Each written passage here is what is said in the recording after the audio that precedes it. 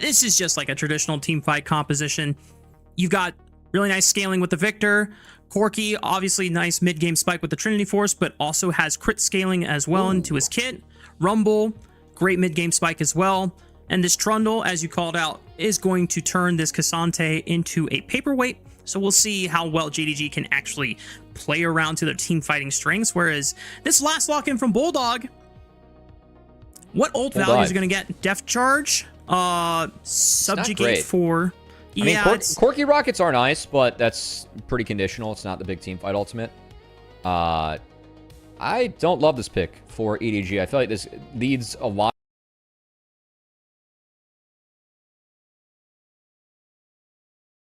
Backache, back again? Thankfully, Panadol Extra contains a combination of ingredients which provides more powerful pain relief.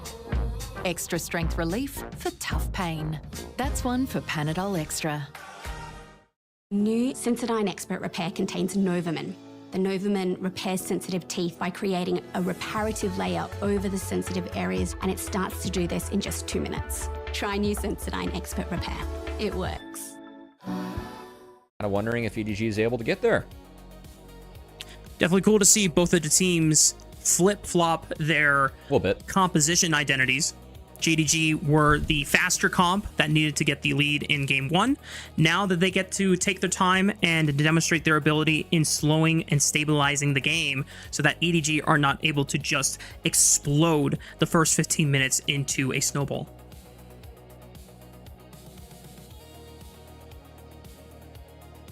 Well, Rafa, we got the Gyos coming in here soon, but hoping to see better luck from EDG here in game 2.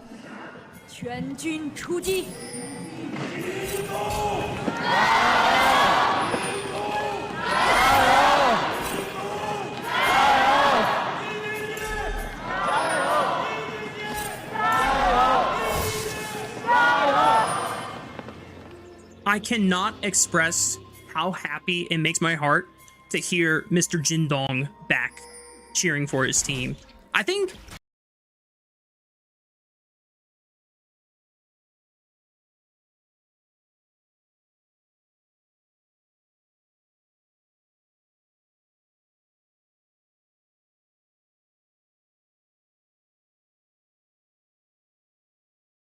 split 3. I think Mr. Jindo himself is a buff, and he's needed at every game from here on out. You gotta impress the owners, you know? It's Mark Cuban logic. Comes to the games. It adds a little bit of healthy pressure to the players. But it is fun to see him round up the fan base for his team. Dude, he's just got such an awesome voice, man. I love it. I'm not familiar. I'm gonna have to check it out.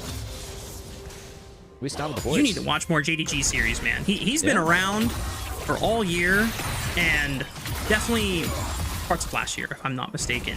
There's just no one else that can go, like, just aura. As first 2 minutes of the game have already eclipsed. Nothing too out of the ordinary has occurred so far. Both the junglers are pathing towards the bottom side of the map. They did get vision onto Junja's Raptors, so Jeje has information on Junja's whereabouts, and TDZ is going to start proxying.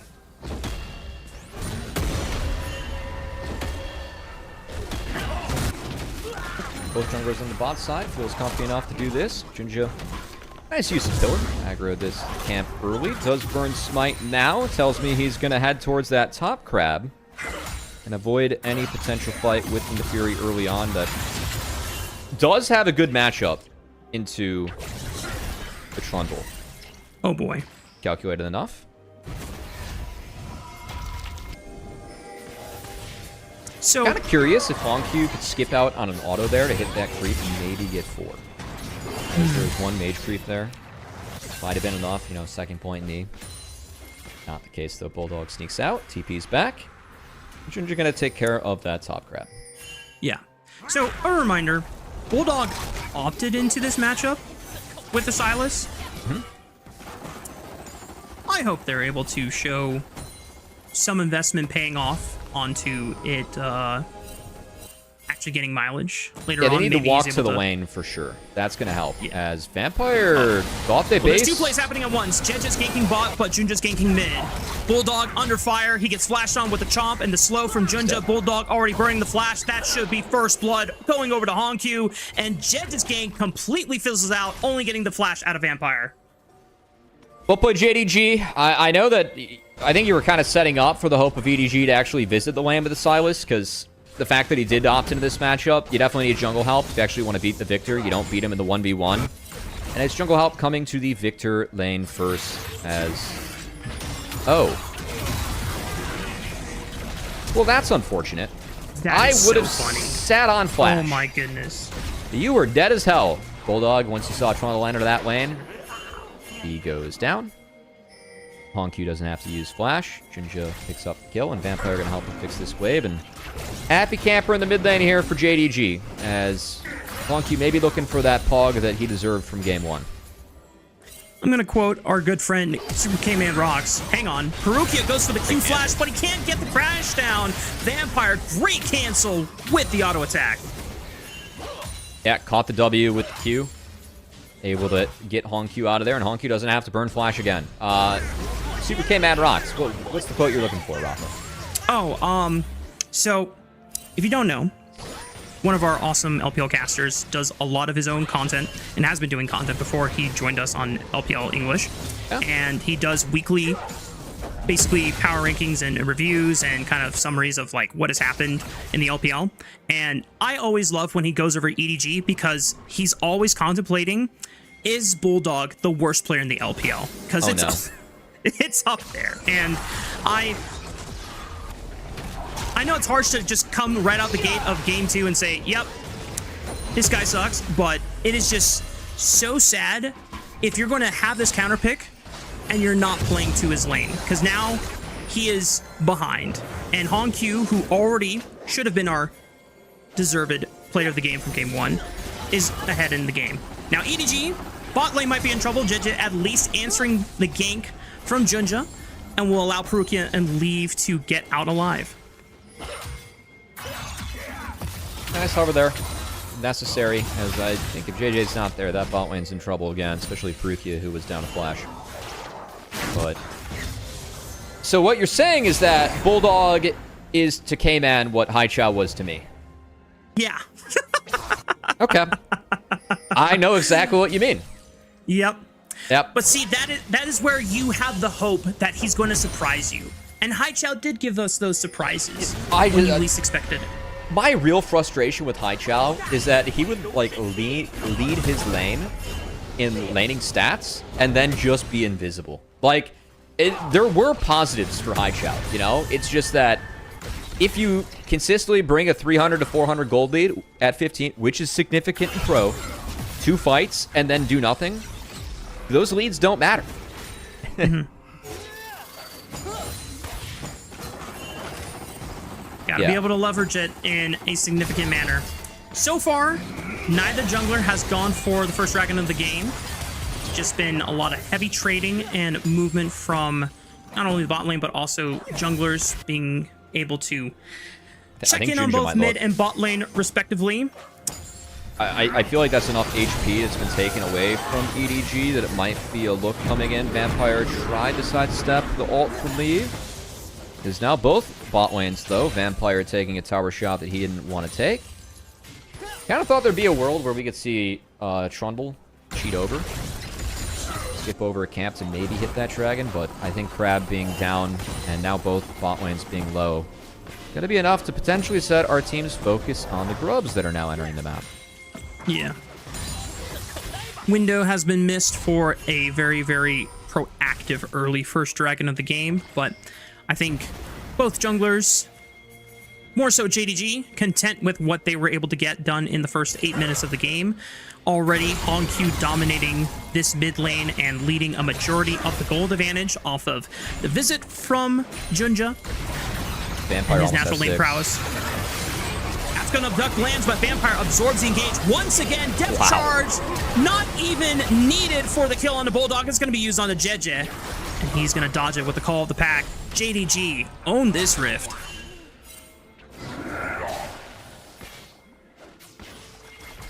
That Bulldog got put down. That's the only contribution I have. That's tough, man. I've got a very good friend who's a diehard Alabama fan. I think that he's hoping that the Georgia Bulldogs kind of look like this as the college football season starts soon. We had football to get played today. It was preseason. I was curious where you were going with that, Yeah. but Carson Beck went off after being memed on in college football as Sid the Sloth. And also there was a great clip of his ex-girlfriend, who is kind of famous because she got NIL money, saying that he has no friends, he's a loser, which is kind of a tough way to go out. that is tough. And you Speaking know of what's tough also ways another to go tough way out. to go out? Yep. We both Great are hook on the from same Vampire. wavelength. Great I mean, hook from Vampire Vampire. has been great in this second game. You know, even that depth charge, it looks like it was a wasted flash, but he's trying to get the depth charge animation to come out before a W from the Fury can come out. Could have been Shane with the Correct. auto there. So I think Aragon sitting over there in his co-stream with the Vampire jersey, probably a happy camper today. It's been a more traditional look for JDG. I mean, his been a goat is good look playing for well JDG. this series. Yeah, It is. no. Yeah, I it mean, is, yeah, we talked about how before we saw the Junja Pog that we were thinking if it's not Honkyu for game one, who gets it? And we mentioned Vampire. We thought that his Recon gameplay was quite good. And when Alk was still casting and you guys were talking about how I thought it was really funny that the Camille might have skewed Vampire's growth and put him on a lot of the bad habits from before. Hang on. Bulldog might be in trouble. Getting forced off this tier 1. Tier 2 interrupted. Forced the flash away. Wow, that is horrendous. And the burn, barely not enough between the Deathfire Touch and the Subjugate. Blackfire Torch, but it was yeah, close. Subjugate. That was close. Subjugate was on him from Junja. Almost got the bleed. All out from Meanwhile, ZDZ? Xiaoshu's not messing around with that. He's just going to burn the flash. He knows that his jungler just showed mid. I think that's kind of a smart read from him just to get out. And ZDZ getting low enough now where He's trying to tease it. He's trying to bait this one out. Equalizer comes out now. Jeje, they can force the dive. Jeje has to tank up the turret shots. Hound's Pursuit can drop it with Call of the Pack. They just need enough damage. Beautifully executed. That's the Fury Gaming. Sadly, while that's a win on the top side, JDG, we're looking to zone EDG out of the bot side, able to get leave away from more creeps. As Gala's small lead, not nearly as big as this lead that Honkyu has in the mid lane, as Honkyu, you know, maybe he just didn't like the fact that Twitch chatter said that he looks like Zendaya. Maybe he saw that one. I don't know. I take that as a compliment. That's what I said. Yeah, I think it's compliment no matter what. I mean, that is, yeah, that's a good-looking individual. Yeah. She's got going on. Good for her. I mean, listen. Honkyu also has it going on the Rift this game. She and Tom Holland, awesome couple. I wasn't even going to bring that up. I don't want to be too parasocial, but yeah, she's good at what she does. You need to go watch Spider-Man Brand New Day, by the way. You know, I know we have this conversation. There are some movies for me that are just streaming service movies. Because I want to feel like I get value out of my streaming service. Because I really don't use it a lot. Yeah, it's I expensive. fear because I want to go see Doomsday. It's like, I just don't want to get that thing spoiled. I'm invested enough in Marvel to go to not get it spoiled. Yeah. I feel like that's my theater movie, and we got to save Spider-Man for streaming. Well, Honkyu, can he get saved from this encounter? Not quite. The rest of EDG are able to dogpile on him fast enough. No one from JDG could bail him out. Shut down bounty goes into the pockets of Bulldog. It's a good play from EDG. Just the concern we have, and why we're a wee bit off topic early on for this Rafa, is that everyone from EDG is low range. Honkyu is very fed. And even though he went down to a very cleanly executed play from Perukia, still took away half the health bars of two members after instantly dying just from dropping his R. And EDG is going to have to walk through that no matter what play they want this game, just given that they took a very heavy melee composition. And Honkyu on the Victor is going to be a very happy camper playing this game out. Yeah. Not to mention that even after the shutdown, he's still ahead of Bulldog by 1.5K. Like, yeah. That's tough. Xiaoshu is going to get a revisit from Jeje, but this time Xiaoshu kills the wave fast enough before Jeje could get in position and initiate the dive.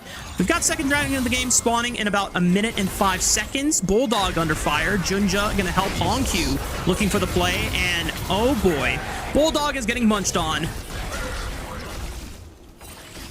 No wave. He stole the subjugate and casted it second, which is valuable, by the way, and still got turned into paper mache. That guy was weaker than balsa wood. Leave in trouble, but he makes it out alive. I was ready to add that to the clip list, Matt. I'm not gonna lie. I'm still stuck on the fact that I haven't heard balsa wood since I was in middle school and making pine wood derby cars. Dude, those were a blast. Those are fond memories. I did that in Cub Scouts though.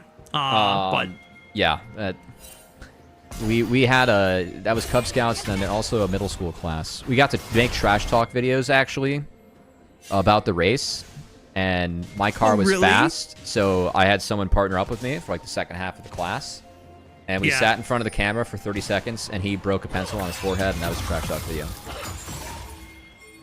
We just sat still and said nothing.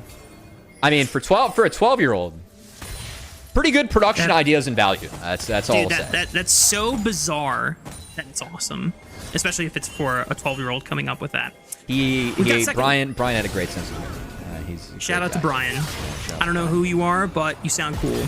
And right now, EDG are trying to see if they can play it cool into JDG for control of the second dragon of the game. Rift Herald is coming up in 5 seconds, so they can always shift away from this dragon pit instead if they want to look at a different objective while they are behind almost 3,000 gold collectively against JDG.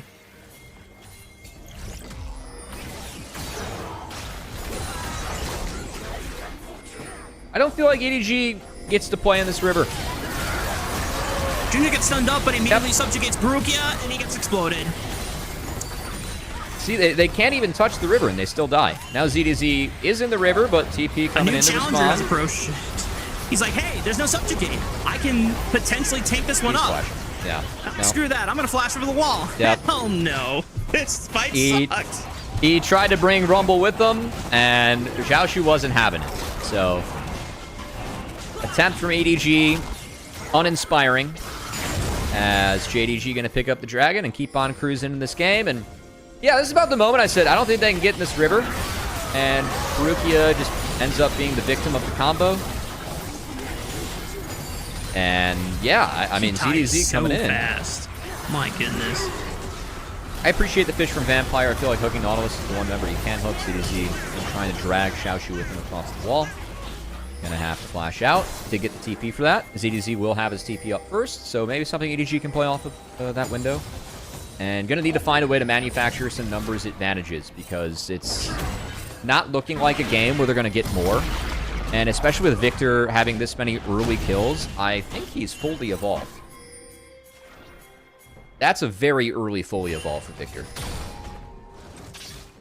Terrifying for EDG to now have to fight up against Victor and the power of Arcane at his strongest. And he's not even on his second item yet. That's how fast it has come online. Oh no, leave! That's Flash away for what? Please! Please leave! You know, I'm going to say something that I say about a lot of NACL players. I feel like this is an AD carry that would just operate better if we defaulted at not hitting the mid wave as they touch each other. That wave is not worth it, surely. It's like James Wood and Family Guy, like, ooh, a piece of candy. Ooh, a piece of candy. And it just, I can't believe that worked. Yeah, Let's see how this happens. Okay, we got the replay at the bottom. Well, you know, we're Ezreal playing in front of the wave. That's Leaf's fault.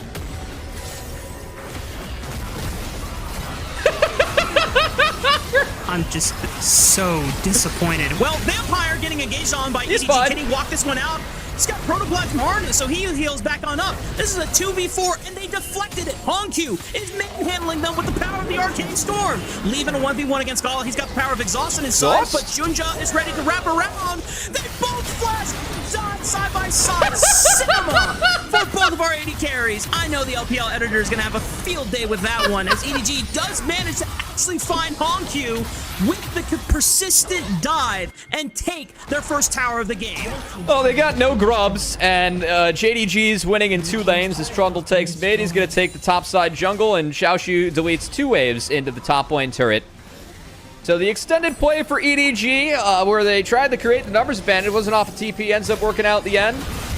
But yeah, Vampire's done a really nice job of marking the Rel this game. I think that's definitely something that he, like, when you play this matchup, you want to put yourself in between Rel and the rest of your team so you can catch those W's with the dredge line and neutralize. Okay, Hongq got a little bit greedy there. He doesn't need to go for that flash play. He did want to go for that flash play. That does give EDG over some much needed gold. Meanwhile, this is what had me laughing. Exhaust diff, you called it out. Both ADs taking exhaust. I do like the fact that we have ADs opted for exhaust with more really high impact summoner spell. And I think it was the subjugate because the kill did go to Junja. But just a really funny look as both ADs did flash and die. Not exactly what you want to Hongq does sidestep the crash down, throws down the gravity zone. Oh no! I don't think it's going to help him bail him out. Up's gun up duck does miss, but Bulldog still has enough damage with the hijacked Arcane Storm. And EDG finally are going to crack through another tier 1 turret on the top side, but JDG are going to break open the base. These aren't tier 1 turrets that JDG is hitting in return. These are now tier 3 turrets. JDG is hitting in return, as they have the 5 turrets to the 2. Using their 3 grub advantage quite well. As Dredgeon connects, it might put him in trouble. That was a nice buffer by ZDZ. Q3, as Vampire was coming in with the dredge line, punishes the Nautilus. Oh! Seems like scraps. Oh, okay. I like it. You know what? I like it. I like it. Try something. Screw it. You gotta try something. Yeah. Screw around and try to find out. What can you do? Jet and Bulldog. This is a win. They even use the Ezreal True Shot Barrage to cancel bases. This is a win. This is a win. This is Black Cleaver working overtime on the Baron. I think Junja is a little bit aware of it now. He has that suspicions. Ezreal might have tipped him off. Tingling. Can they keep him out? There, Junja. Steal this. 2,000 HP. Junja secures it. Oh, Junja cannot steal the Baron away from EDG. Can't even find Perukia as he finds the crash down over the wall. Back to safety. EDG find a hell of a heist. This goofy game just got goofier. Hey, you know what? Great problem solving. I gotta say, from Bulldog and EDG, that was really creative from JJ and Bulldog to end up finding that Baron. Yeah. Much needed win, because that did come off the back of JDG hitting the tier 3 turrets early. They will get the dragon for themselves on the reset. So EDG not able to get that, but honestly, some free time for EDG to at least slow this game down, get some much needed gold in their pockets. That said, just don't feel like that is as impactful for them as it is for JDG. This is a game that I still believe Victor's going to run. As long as he's not getting caught out on the side lane, I also agree. So JDG might be paying attention to that condition now and proactively force Hongq to group up with them on this next objective fight, which is not going to happen for another 4 minutes, which is when our 4th dragon of the game will spawn and another rotation of the Baron will arrive against Summoner's Rift, as Hongq and Gala are helping absorb the wave that is empowered by the Baron buff, and this just allows EDG to stall out the game. But as you said, Matt, these are some cool moves that EDG are pulling unexpectedly, but we highlighted very concerningly that this is a composition that wanted to spike early in the game and have a gold lead over JDG because they get outscaled, and at that point has already been passed. Yeah, this is just the Baron for stabilizing the game, closing the gold gap as a stolen equalizer does come in. Perukia pushes Vampire off, but no fight to follow after the turret. Again, EDG, if they want to fight, they have to successfully dogpile. I do think they need to create an angle or two for that, which is kind of difficult because they aren't going to be able to get push in these side lanes. So, see them return now with the Baron, but this is a Baron to fix things more so than to build up a lead, which was much needed for EDG. And Bulldog, well, equalizer, but okay. Whoa! Xiaoshu just flashes on top of Bulldog, gets his flash. TP is coming in. Can they arrive quick enough? Junja is going to help ensure that Bulldog does not get any more value, but that's a massive Kingslayer heal. CDC tries to flash on in to close the distance, but it's not soon enough. Bulldog goes down, but now Junja could be the target. He's got a massive bounty on his head, but he's walking out alive. He's got something. Bulldog off of so much of the tanky stats. ADG finally finds Xiaoshu, and they're continuing the play. Oh. Vampire's going to be the next one. Mong's pursuit allows Jeje to sink his fangs into a member of JDG, and EDG will continue to find ways, clawing their way back into the game. That late entrance, I think, from Hongq was kind of the difference, as it took a bit for the Victor to get here again. We're really setting up this Victor for being the big carry in this game, and instead of TPing, Hongq does elect to walk. I think early on, pretty just, because Xiaoshu wins out heavily on this trade into the Silas. He's got 2 levels. I think for me, Junja, I think he cast his Subjugate on the Bulldog to respond. I'm wondering if he could have saved that for ZDZ, because Bulldog did steal the Subjugate, used it, so Junja gets his stats back when he uses Subjugate again. It's just that ZDZ ended up being a big problem, and Xiaoshu was kind of a little bit too far up. Hongq was late to arrive. I don't think the pre-fight damage that I'm expecting to see out of Victor in different setups wasn't there. EDG finds a good play. Junja engaging onto Jeje, but uses the call of the pack and the Eviscerate to get out over the wall. Looks like Crab was secured for JDG's side. 4th Dragon coming up in 1 minute and 40 seconds.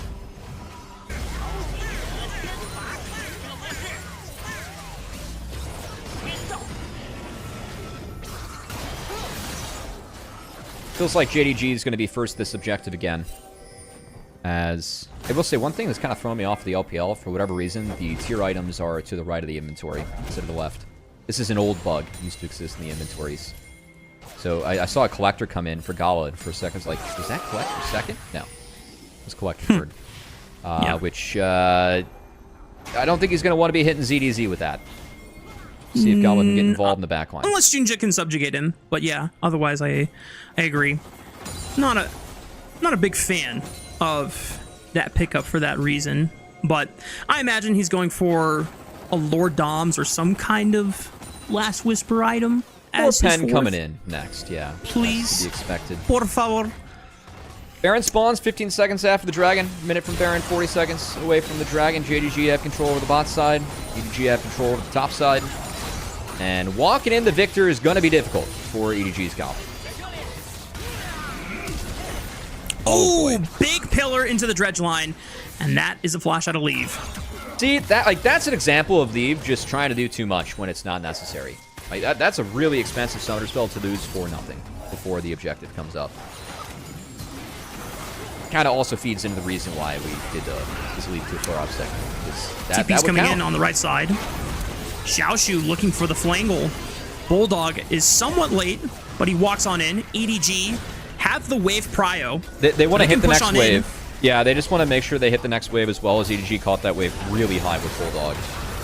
Dredgeline snags onto ZDZ. Death charge right onto the front. Subjugate burns him down. Tank is gone. Perukia tries to stall out with the Magna Storm, but it's not effective. And Leave can only do so much against the might of JDG surging forward. Triple for Gala. Jeje run down and put into the dog pound. Jinja bites him down, and the Baron belongs to JDG. Pretty convincing 4-for-1. That's a little bit more of what we were expecting, as JDG found the setup, and that was not a close fight, Rafa. Feel like it was a mix of Vampire pulling the trigger first, and also the fact that Hongq does have that Storm fully evolved, so it got rather big rather fast. But yeah, this was I really feel like EDG needs to create angles if they want to fight this, and instead they're just kind of handshaking lanes and walking in the Wazers. So the poke adds up over time. Feel like this fight we did see a subjugate on the ZDZ, which helped a lot. But nice grab here from Vampire. Gets the party started, and ZDZ didn't really have a great response. Subjugate, depth charge comes down, and he literally just gets 100-0. I mean, what's just so bizarre from EDG is that Bulldog is hitting the tier 1, and you can see the pings coming out from JDG. Just start the fight right now, because Bulldog cannot join the fight immediately if we snap engage. I will say, I do feel like with the setup there, if they were to drop the Dragon and threaten the Baron, I feel like that was the play, if anything. So I think Bulldog hitting tier 1, like it might look a little bit troll or desynced, but I think that's decent as a team, and frankly one where I almost want to be biased towards Bulldog's idea. But either way, new voices in the team with JJ's addition, and a team that's been struggling and obviously still come together with this new version. Not going to be a different story today, though, as this has been a rather decisive 2-0 from JDG. Yeah. So on JDG to close this one out, as ZDZ trying to get some gold back into his pockets, attempting to siege onto the tier 2 in the top side. Bulldog chasing Xiaoshu with a stolen death charge. Might be enough. Throws on the equalizer, buys himself some space, and the rest of JDG, they're just trying to end the game. They take out one Nexus turret, prompting ZDZ to teleport back in. Dredgeline onto Perukia. Subjugate at the ready. Can look for ZDZ and burn him down. Gaul is just firing on all cylinders. No one is stopping this Corki from just depleting his entire Gatling gun. EDG are completely discombobulated. No one knows who to attack. No one knows what to do. EDG, please do something as a triple kill comes in for Gala, and he wants a full-on penta. Picks up the Quadra. Give it to him, baby. They're trying. They're trying. Pentakills. They're trying to gift wrap this one hit for him specifically. Penta for Gala. I really appreciate how that pentakill call is going to start with EDG. Please do anything. Man, we've had a lot of pentakills. It's been 3 in the last 2 days here for the LPL as Gala wraps up this series. Convincing to puts an exclamation point on the back half, finding the pentakill on that Collector Corki. Maybe that's what the Collector was for, Rafa, just ensuring the fact that he could get maximum dopamine at the end. I have a special place in my heart for Gala specifically because last year I casted He played really well with IG. He played really well last year. Yeah. But also, I got to cast 2 of his pentakills, and they were in the same week. One was on Avaris, and the other was on Yunara. And it was the first ever Yunara pentakill recorded in global. Right. Yeah, that was a... The champion was a little overtuned in that clip. Yeah.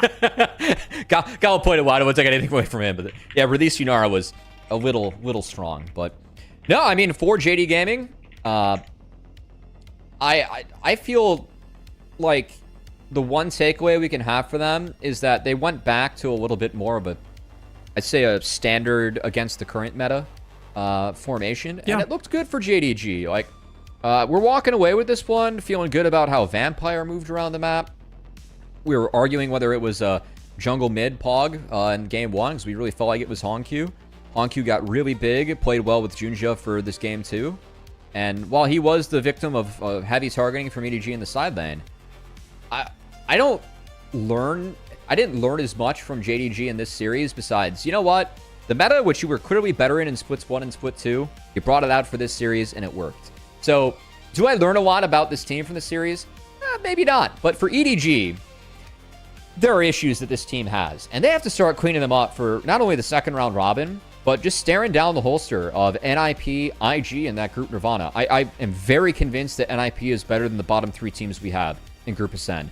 IG also has been rather convincing that they don't belong in Group Nirvana, even though they did drop that very close series yesterday between the 2 teams. So, if you're EDG, you got to look at the rest of your group for the second round robin, then look at the teams that are biting at your heels. Because right now, we feel like EDG belongs in a bottom 2 Group Nirvana right now. They are not playing good league. Yeah, it's disappointing to see EDG off of a miracle best of. New Sensodyne Expert Repair contains Novamin. The Novamin repairs sensitive teeth by creating a reparative layer over the sensitive areas, and it starts to do this in just 2 minutes. Try new Sensodyne Expert Repair. It works. But they are not only the worst team in Group Ascend, as I would love to see the standings pull up. They are now, or they should be updated to reflect current series score updates, with JDG now at 3 wins to 4 losses and EDG adding another loss to their series score. They have only won 1 single game this entire split. It was against BLG off of a ZDZ Vayne game, but also with BLG adjusting to their new top laner in Wembo coming into the lineup, and they took advantage of it, got clapped by BLG for the rest of the series. And I know we joked at the beginning of the show today, Matt, that Group Ascend looks more like mini group Perseverance with that bottom 4, but it's really devastating to see that there is a clear difference between the skill level of EDG and maybe we can argue LGD and TT and what we thought for a while JDG versus the rest of the teams in Group Ascend. Yeah, I mean, I feel like the standings again, we like wrapping up this first round robin. You called out, like, my mind just goes back towards the split that we have between the 4 and 4 teams, and I think the biggest surprise for me is WE. I really felt like WE would probably revert more towards the norm that we saw in the last regular season. I do think that the meta positions well for what they were doing well in the Split 2 playoffs, which was Monkey being really active with these openers. Yes. And what you've been able to do with supports as well, like just ruining level 1s across lanes and across jungles. I think WE has really cashed in on that, and they've picked up where they left off, which is great, because when Monkey and his team's playing well, this league's been more fun to watch. I definitely have learned that in my 2 years of covering the LPL now. So, see if that can keep up for Team WE. As Hongq, I know that you got killed a little bit in the mid game. I know that this is a Gawa pentakill that we're voting against in terms of Pog, but I still want to give you a Pog for this series, because I really feel like Hongq was the player of the match. Hongq, strong bias for player of the match for me as well. I would give Vampire player of the match if it wasn't Hongq. He's my runner-up.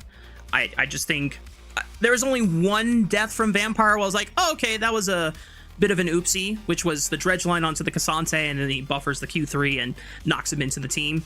A little overextended on that, but these Nautilus absorbs onto Silas engage or Rel engage. Beautiful. Every clip start with Vampire. I think that's a good shout. Yeah, I mean, again, for EDG, like, this game got so out of control so fast. I do feel like they were forced to look for overload plays, and the fact that they were down to 3 grubs as well, I was a part of the LS grub conversation, and definitely we figured out that, you know, grubs, more impactful the less members you have at the objective. So the fact that EDG were forced to overload and gave JDG with 3 grubs multiple instances where they were able to play 2 lanes, whereas EDG was playing 1.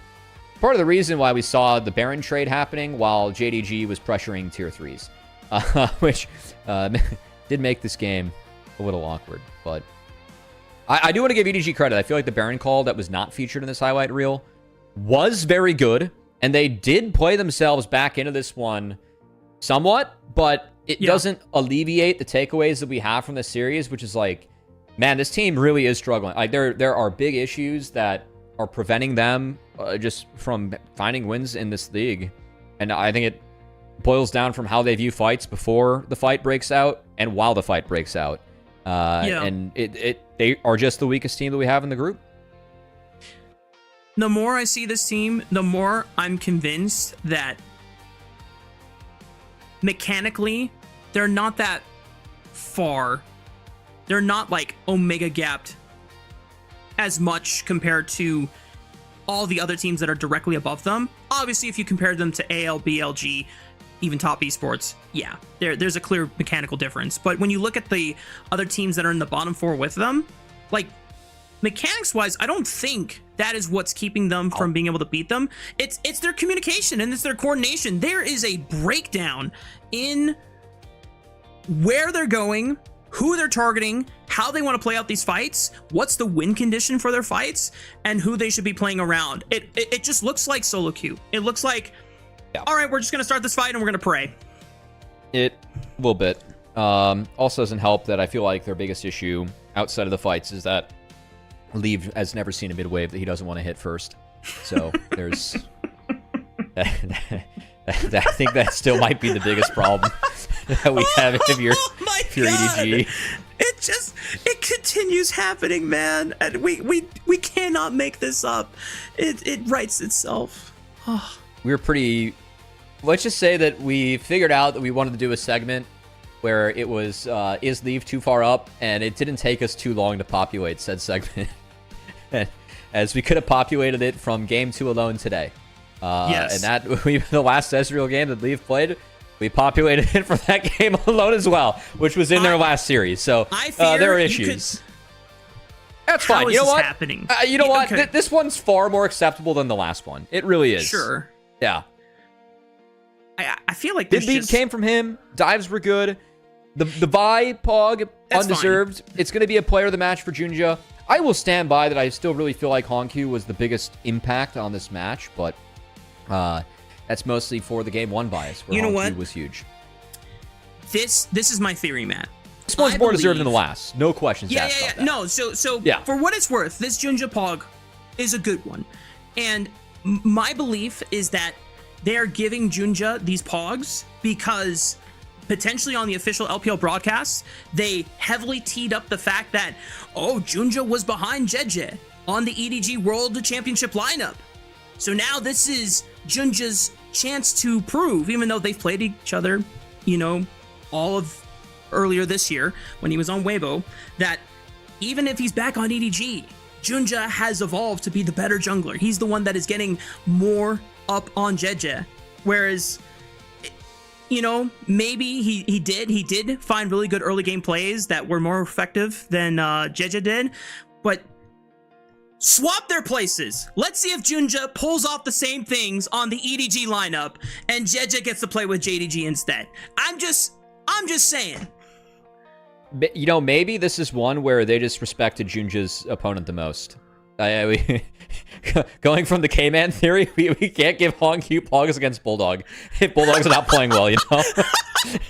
Which, look, as someone that fills out a weekly NACL ballot, I definitely look at who you play against when I'm filling out that ballot. No, that's legit. That's legit. Yeah, I know there was the one series we had last split where I really didn't want to vote for Decoy as top lane Pog because he had to go up against someone that was autofilling in top lane for the first match. Oh, yeah. And then I looked at the post-match history and I saw that he did 1,800 DPM across 2 games. And I'm like, crap, guys, I've got to vote for Decoy for best top laner of the week. This guy did 1,800 DPM across both games. He was too good to ignore despite the circumstances. Yes. Well, gamers, that is us. Rafa, I'm glad you got to join us. Shout out to Yeah. non-sponsor, but we would appreciate the sponsor in Xfinity for ensuring us that we only lost Rafa for the pause portion of the broadcast, and we're able to bring him back I do in. beg Xfinity, please, if you're going to do a planned maintenance, can you email me or can you ping me on my phone? Give me a heads up, a 24 hours notice, so that if I'm scheduled to cast and you have a planned maintenance, let me coordinate with the rest of the LPL team so that I'm not griefing my moderator, Alk, and forcing him to get up and cast for 8 minutes before then going back to bed. You know, or he didn't even whatever get he to do was- a damn team fight as a cover cast. He didn't even get to live out the dream. I know. I felt like I robbed him of a golden opportunity for a color caster to play-by-play a team fight, but that's going to do it for us. First series wrapped up in the books. We still got 2 more series ahead of tonight's schedule. I'm going to have casters 2-1. lost for each of them. Yes, WE 2-1. taking on Thunder Talk after this.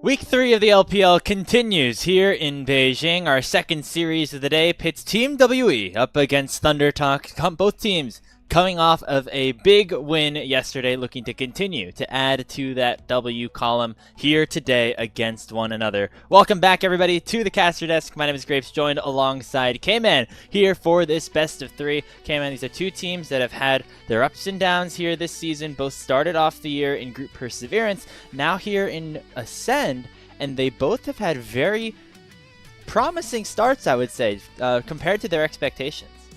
Absolutely, Grapes. This is a really fun series. We've got two teams that, like you said, I think are overperforming to an extent, at least in terms of what we thought they were going to be. WE actually looks like a contender to, potentially be one of those top 4 teams we're talking about towards the end of the year. And Thunder Talk has consistently been picking up games, even against the top teams right now in the LPL. These are two very, very chaotic and fun teams, and I'm very excited for tonight.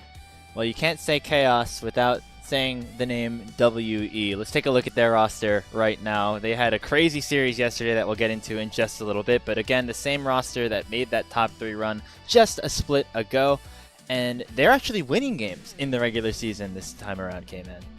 It almost feels like some sort of alternate timeline where WE is performing up to the standard that we've seen from them in these best of 5s in best of 3s. But it's really exciting to see that a lot of the progress, the development, and overall just kind of the locking in that this team did over the course of playoffs is able to stick, because this team has been a lot of fun. Again, they've really, really, lived up to expectations. There's not really been a ton of inconsistency out of them.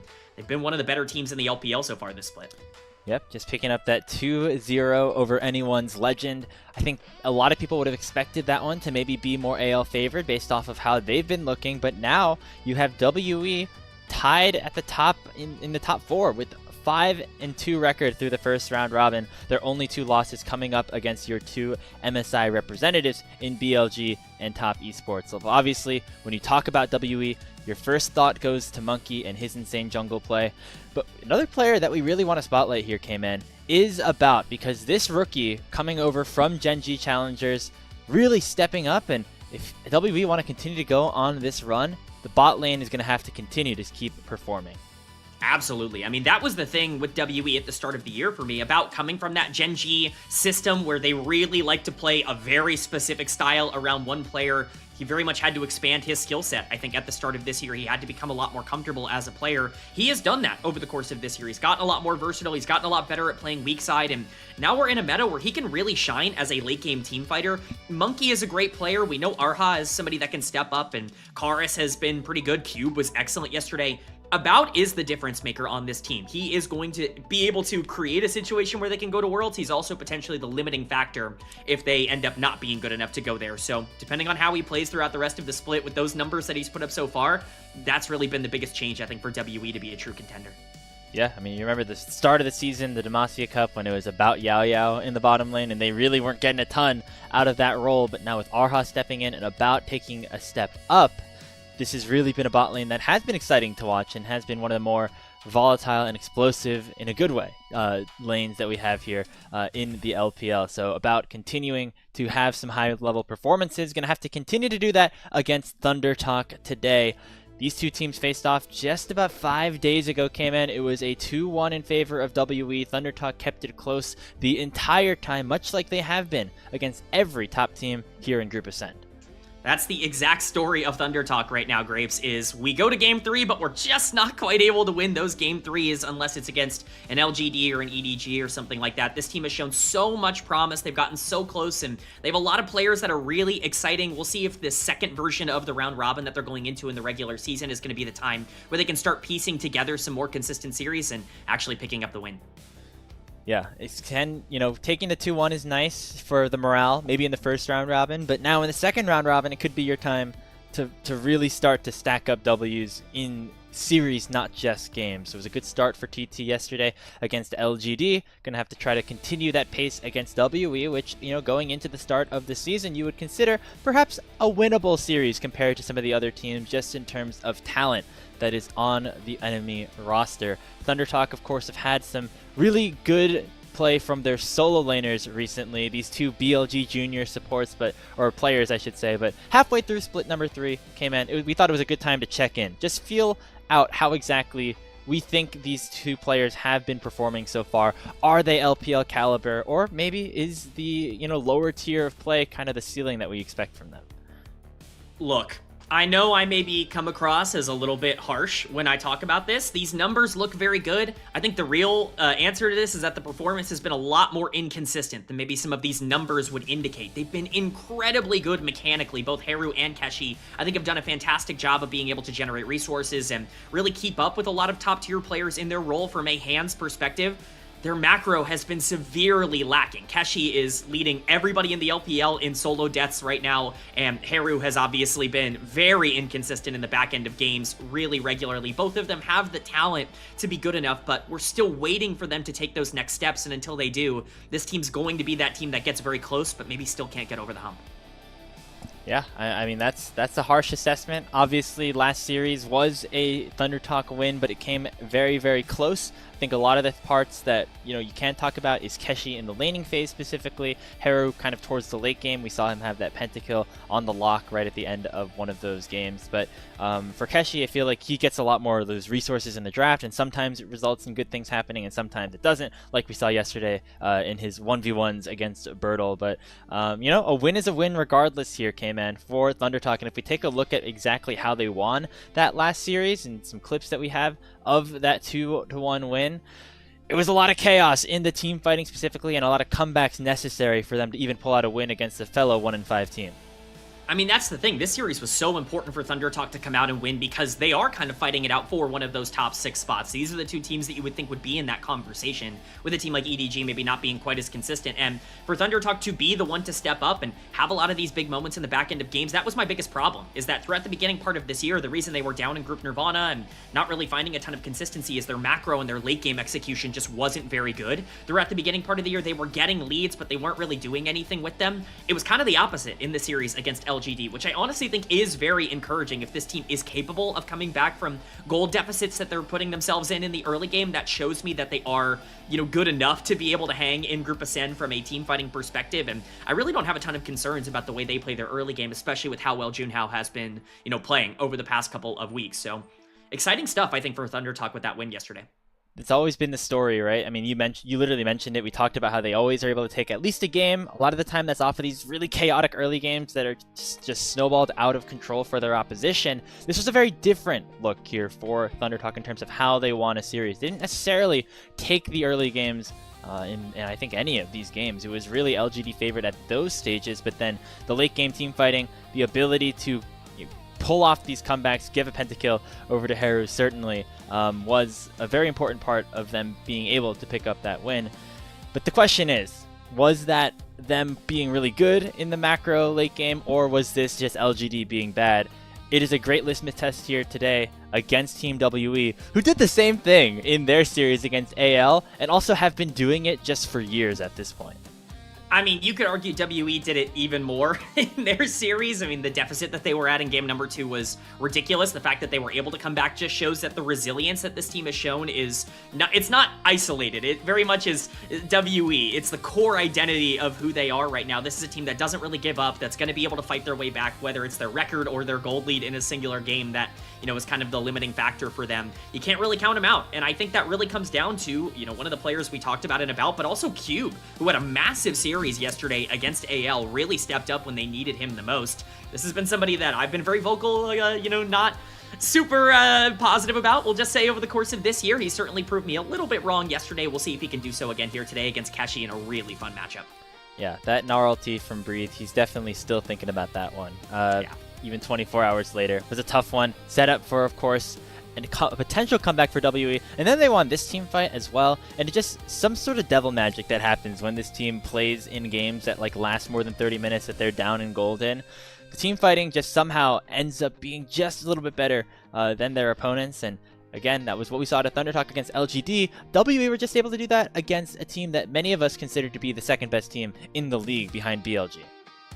Yeah, I mean, AL was incredibly consistent leading up to that. They were a team that had good late game execution, but really the reason that they were so good was their consistency at playing through their support and their jungle duo. WE showed their support jungle duo is pretty darn good of their own right, so I'm very excited for today to see if they can keep that up. WE the chance to go up to 6-2 that would be just an incredible feat for them, right? That's more wins that they had last split, more wins that they had in split number 3 last time they were in Group Ascend, and we're only halfway through the season. Of course, we still have their home grounds awaiting in Xi'an in a couple of weeks. There they are, Team WE, to make their way around the Beijing arena to try to continue their good run so far in the second round robin.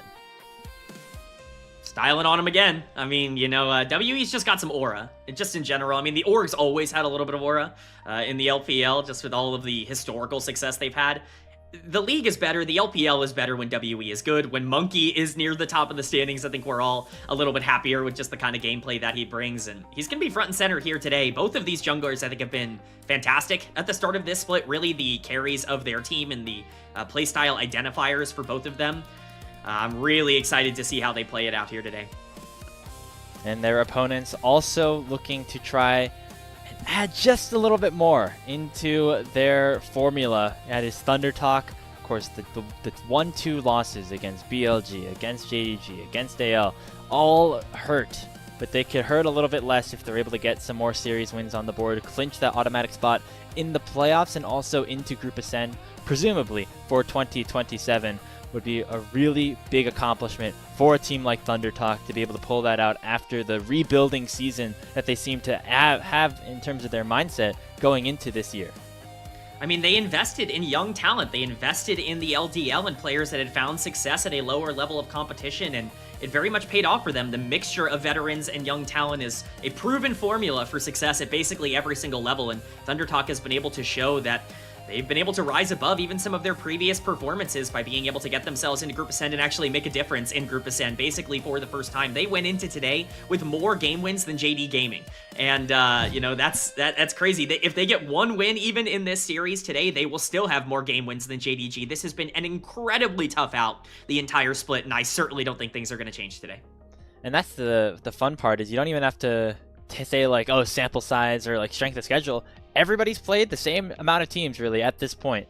This is the halfway point of the LPL regular season, and now for Thunder Talk, chance to enter this second half with a bang, use these rookies and have them continue to grow, specifically the ones in the solo lanes. Should be a fun one here for our second series of the day. Reminder, we got our finals rematch of BLG and Top Esports even after this one, so the action really does not stop on LPL English. You see our captains, both junglers, fist bumping as they head back to their seats and get ready for this Game 1 draft.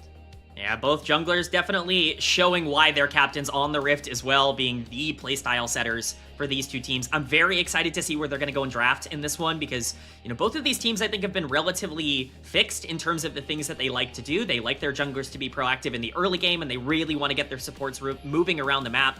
I expect things like Lee Sin, Poppy, Cassio to be taken off the board, and hopefully that will open up some more interesting drafts from both of these teams. Neither squad super uncomfortable with getting a little bit wacky in terms of the pick ban. We saw things, you know, like the lock for Haru yesterday, obviously, that he got a pentakill in, and then things like the mage's bot lane, I think both on and about. Rather comfortable on those, although the flexibility is one thing. About also is just pretty damn good at playing his own marksman. And that's even before we mentioned the name Monkey or the quirky mid that happened yesterday from Kara. Still a lot of options on the table here for this pick ban. And that's going to even become more and more important as we get closer to the postseason. Those best of threes turn into best of fives, making sure you have a firm grasp of the meta and understanding what exactly your strengths are as a team. This is the time to kind of figure that out before we get into that road to Worlds. I mean, that's the thing, right? Is the meta has shifted so much over the course of this year, and it's going to shift even more as we continue to go throughout the next upcoming patches. It's really making sure that you feel comfortable in your own way of thinking, regardless of what the meta is. Whatever your playstyle is, you should probably be investing into that. About has been very much spamming things like the Varus Nautilus lane has been super successful for WE just in general. Things like Jace jungle, things like Pantheon that are going to be able to create some action in the mid game and skirmish quite heavily. They've been big priorities for a team like WE, whereas Thunder Talk, on the other hand, they want to blitz you as fast as possible. They're trying to win in the laning phase and pre 10 minutes. Definitely a little bit of a difference in ideology, but should make for some fun, chaotic games, especially with both of these teams not afraid to take some of those fights. You wait pick ban here once again. 5-2 here for Team WE, looking to make it 6-2. which again would just be an unprecedented amount. And you talk about this road to Worlds, right? Going into the chance to be one of those top 4 seeds. WE in a very uniquely beneficial position, right? Because they were top 3 in the split number 2, they only really need to make it a couple of rounds through playoffs to at least guarantee themselves a spot in the regional finals, which of course would mean that you only have to win 1 or 2 best of series to qualify into the World Championships specifically. ThunderTalk and a team that definitely needs a little bit more help to get there. They're going to have a really good performance here in this season, as well as hoping a couple other teams kind of fall flat. Teams like your JDGs, your WEs, your ALs. Yeah, it's definitely a much tougher road for them. I think realistically, they probably need to, at the bare minimum, get top 4 to even have a chance of being able to make some of the regional finals. And again, you're absolutely right. Even in that circumstance, a team like, you know, AL probably is going to have to be a little bit worse than expected, or a Weibo Gaming, maybe even an IG or an NIP. But we are going to be jumping into draft here. Definitely going to be seeing if some of the more primary bans that we expected out of these teams are coming through. And we're already all the way through with that Shen first pick. Yeah, who cares about this first ban phase? All that matters is the champions that are going to be played here in this one. That Shen lock-in makes a lot of sense. It disincentivizes the Camille as the response here for Team WE. We'll see what exactly they have their eyes set on here in this second phase or second rotation. Going to be the rise here early for Karis, and then maybe a jungler here for Monkey to try to really strengthen that mid-jungle duo.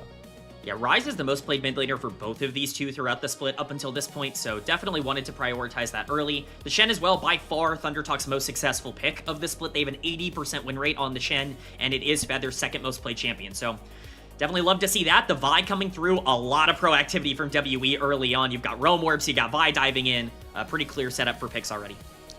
Yeah, and not only here does the Rồi xin chào anh em, chúng ta cùng quay trở lại với những diễn biến hấp dẫn đến từ giải đấu LPL, một trong những cái giải đấu hấp dẫn đến từ khu vực Liên minh huyền thoại, đến từ đất nước Trung Quốc. Và trong trận đấu ngày hôm nay chúng ta sẽ đến với team WE.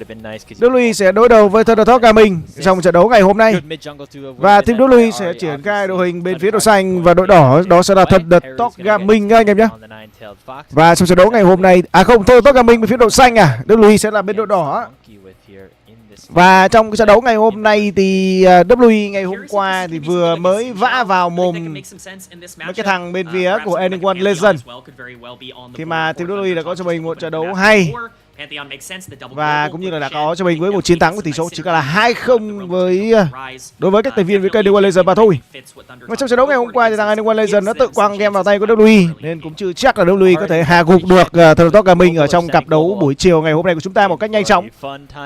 Thế nên anh em chúng ta hoàn toàn có thể tự tin với một tỷ số 2-1 dành cho bên phía của team WE.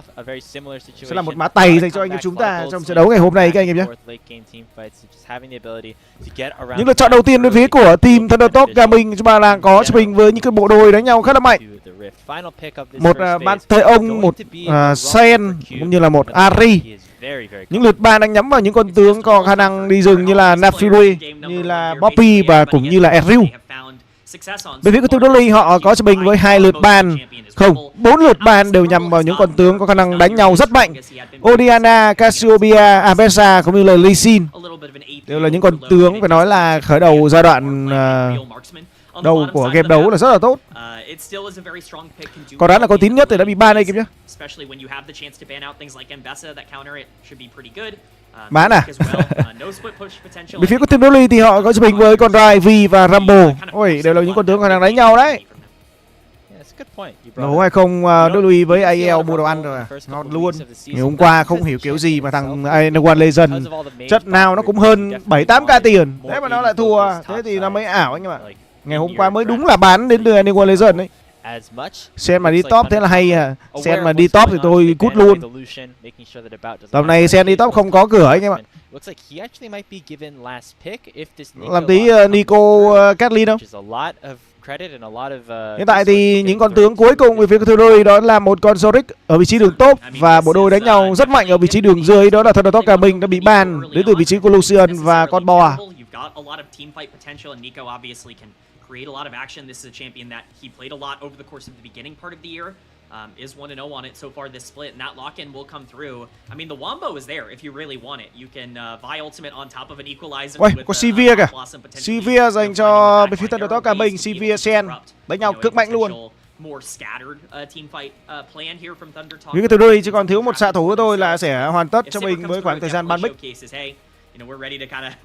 Cơ Sate đã được nhắm vào đến từ bên phía của Thundertalk cả mình. Một cờ Sante rất mạnh ở vị trí đường trên, sẽ đối đầu với một con Rambo. Ôi, đội hình đánh nhau cực mạnh đến từ vị trí của Thundertalk cả mình. Như vậy là Corky, Sivir hay là Varus. Như vậy là sẽ là Sivir anh em nhé. Và rất thì cô cũng ngon này. A lot of team fighting abilities is kind of what I'm noticing here, K-Man. The 5v5 certainly going to be at the forefront of tay both tam of these 31, competitions. tay kêu 31.5 lên tuyền. I mean, that's the thing, Tại right? vì trong ván đấu đầu tiên thì BLV cộng 7.5 mà. Make a lot of sense, and it is going to be the Yunara. I think this champion is still incredibly strong, and we definitely have a very clear identity. I think WE's team fight is crazy good if they are able to get into these 5v5 scenarios. Dự đoán trong ván đấu đầu tiên chúng ta sẽ có cho mình với khả năng đánh nhau cực mạnh. Ôi, một con Yunara đi cặp cùng với Nico. Would be very scary, but the double globals from Thundertalk do scare me. I think they're going to control side lanes with champions like Asante and Ari, and I certainly don't think they're out of this game. I just really would want to keep an eye on Monkey. I think this Vi is going to be really important, and that Sivir spell shield is going to matter a lot in team fights. The draft straight out of split 1 for Team WE. Funnily enough, probably the last time that these two teams faced off against each other before, of course, we Sandy got top là cút đấy. Split number 3 with both teams being in group Ascend.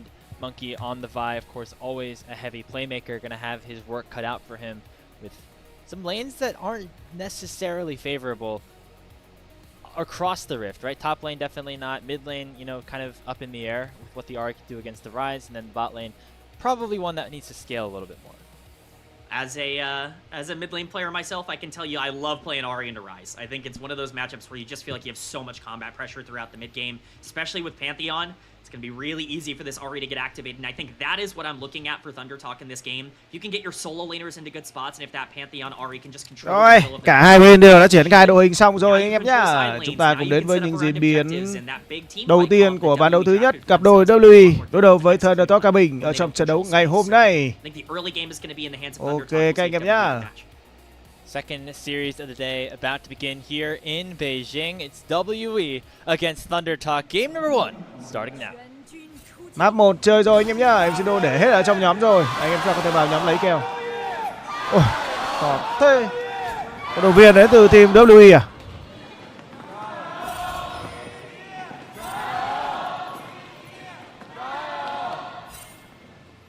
Tay tam anh em nhá, tay tam tay kill cũng như là handicap luôn. Là hợp lý. Pops a little bit here on the first gyro that the WE fans came here to play. Hey, they are always showing up, Grapes. They are never missing out on a chance to support their team, and why would you want to miss this one? This is going to be a banger. Even chiến khai đầu tiên bên phía của Thundertalk cả mình, hiện tại họ đang đánh mạnh vào vị trí của Bao. Nhận thấy được là Bao với sức mạnh không mấy vượt trội ở trong giai đoạn đầu. Thì cặp đôi bên phía của TT họ đã chủ động tấn công vào vị trí của Bao. Và buộc Bao vừa rồi phải có cho mình với những cái màn thanh tẩy để có thể thoát đi khỏi sự truy đuổi đến từ các thành viên phía của An. Chúng ta có cho mình tiền của bật hồi máu lên đến từ An. Có thể hồi máu được cho Feeder nữa. Và có cho mình với khoảng thời gian đi đường khá là ổn. Rồi thì một tình huống đánh bộ rất nhanh. Các cờ Sante cộng với Sivir là ngon đấy. Đấy. Với tầm tay dài thì bên phía của Thiếu họ đang dần lấy lại được nhịp độ của trận đấu. Những cái diễn biến vòng rừng đến từ cả hai bên, người chơi đi rừng thì đều là những cái vòng rừng đi từ trên xuống dưới các anh em nhé.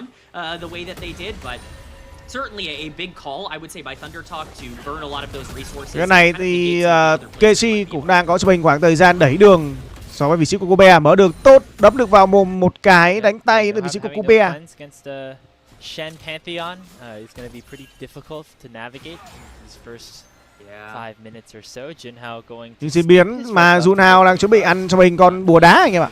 Ê, Bonki đang ở đây, Ha cũng ở đây. Nhưng mà hiện tại thì người chơi xạ thủ bên phía của WE đã về rồi. Hỗ trợ hay không? Hai người chơi xạ thủ đều đã về hết. Có chừng là mất con red nhá.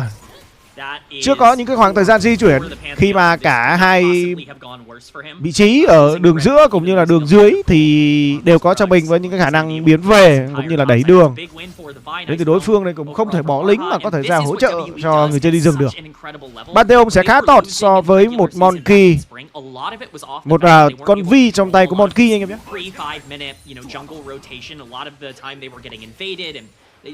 Heru thì trong giai đoạn đầu thì sẽ đẩy đường không nhanh bằng so với bên phía của Karis đâu. Với khả năng dồn đam thì Karis dồn đam mạnh hơn nhiều. Triển khai được con cua được dưới luôn rồi. Một vòng dừng quá ngon lành dành cho vị trí của Monkey. Monkey ngày hôm qua đánh cũng rất là điên. Thằng An nó có cho mình một cái giải choáng đến từ cái chiếu E anh em nhé. Nó khá là ngon luôn đó. Rồi cứ thế mà đẩy lính thôi. Đẩy lính rất nhanh. Từ vị trí của người chơi xạ thủ về phía của team TT. Sau đó Tóc Gaming thì mặc dù là nó đang thua khá là nhiều, nhưng mà nó có cho mình với khả năng đẩy rất là tốt, đẩy chết rất là tốt. Có cho mình với những khoảng thời gian di chuyển xuống và chắc chắn đi qua mắt rồi. Vô ánh bộ trúng vào người của Hà vẫn còn tốc biến ở trên mình và sắp hồi lại cái hồi máu. Phát hiện ra vị trí của Heru vẫn chưa có level 6 mà đã đi gang rồi. Cũng đi gang hơi, em đánh giá là hơi ngố đến từ vị trí của Heru. Bởi vì không có phi hồ thì làm gì mà có thể áp sát được vào vị trí đối phương được. Heru đang bị trưởng, Karis đang khiến cho Heru phải chạy về và bỏ một vài con lính.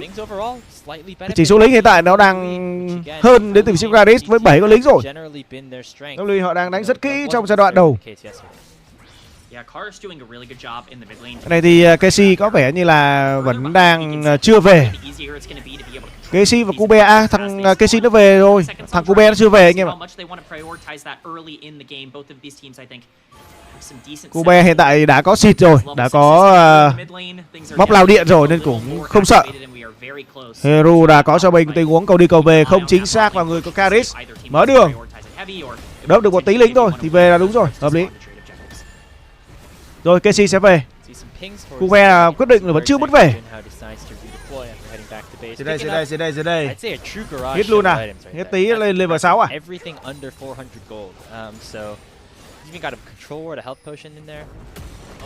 Sắp lên được level 6 đến từ hai bên. Cube lên trước và như vậy là level 6 dành cho Casey. Có khô máu rồi nhá. Và thám tên lửa bú cho mình những con lính. Và chắc chắn là tầm này Casey về đẹp. Monkey đang triển khai con rồng đầu tiên trong ván đấu thứ nhất này và đó là con rồng gió. Một con rồng khá là ngon cho khả năng áp sát. Phía này thì Junhao hiện tại đang level 5, bật thanh đẩy rất nhanh vào tốc biến qua tường. Phía này từ Hà đang bị tấn công. Monkey đã bị bắt gặp đang ăn rồng một mình. Và phía bên này thì Karis đang có cho mình khoảng thời gian trưởng rất là đau. Feeder đã cố gắng. Chứ vậy là con rồng gió dành cho những con team Top Gaming. Tốc biến bỏ chạy nhưng mà đó là một tình huống khiến công đầu dành cho bên phía của Top Gaming. Nó rơi vào tay của Junhao. Sau đó thì một tình huống nằm xuống tiếp theo đến từ vị trí của Monkey. Phía bên này thì sao đây? An kết thúc được cái mạng của Bao. Nhưng mà An vẫn đang trong tầm kiểm soát và truy đuổi đến từ Hà và An phải nằm xuống mất rồi. Một thế lính đẩy, một thế lính đẹp dành cho người chơi xạ thủ bên phía của team BLV. Rồi thì Bao không lời khi mà Bao chỉ có cho mình một mạng hỗ trợ mà thôi. Này, Feeder tốc biến lên thanh tẩy vào người của Bao phải tốc biến qua tường này. Sau đó thì Vi cố gắng ăn cho xong con rồng nhưng mà không ăn kịp. Heru đã có phi hồ, sau đó để hỗ trợ để Junhao có thể ăn được con rồng gió này. Có rồng gió và sau đó lao vào đánh vào mồm của Karis luôn. Sau đó thì tốc biến lên đến từ vị trí của Vi nhưng cũng không thể làm được gì. Sau đó thì Monkey nằm xuống với sự kết thúc của Feeder. Phía này thì An rất mạnh khi mà dồn đam vào người của Bao, thế là Bao đi.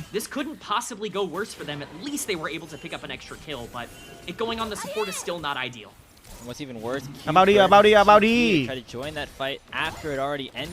That rumble that was able to generate a decent CS lead just all of a sudden has that thrown away. Cái này thì mở đường tốt, Casey đang cố gắng cấu máu của Cube.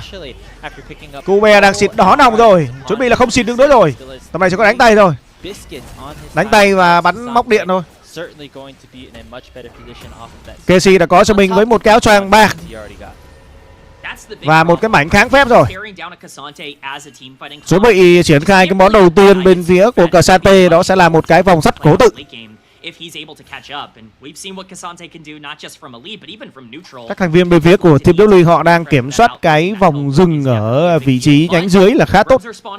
Đã có sâu trên bản đồ dành cho Thundertalk Gaming. Sau khi có được con rồng gió rồi thì bên phía Thundertalk Gaming hoàn toàn có thể triển khai lên nhánh trên. Bên tại thì Casante cũng đang trong cái lợi thế đẩy đường nên hoàn toàn có thể ra hỗ trợ cho Junhao ăn sâu.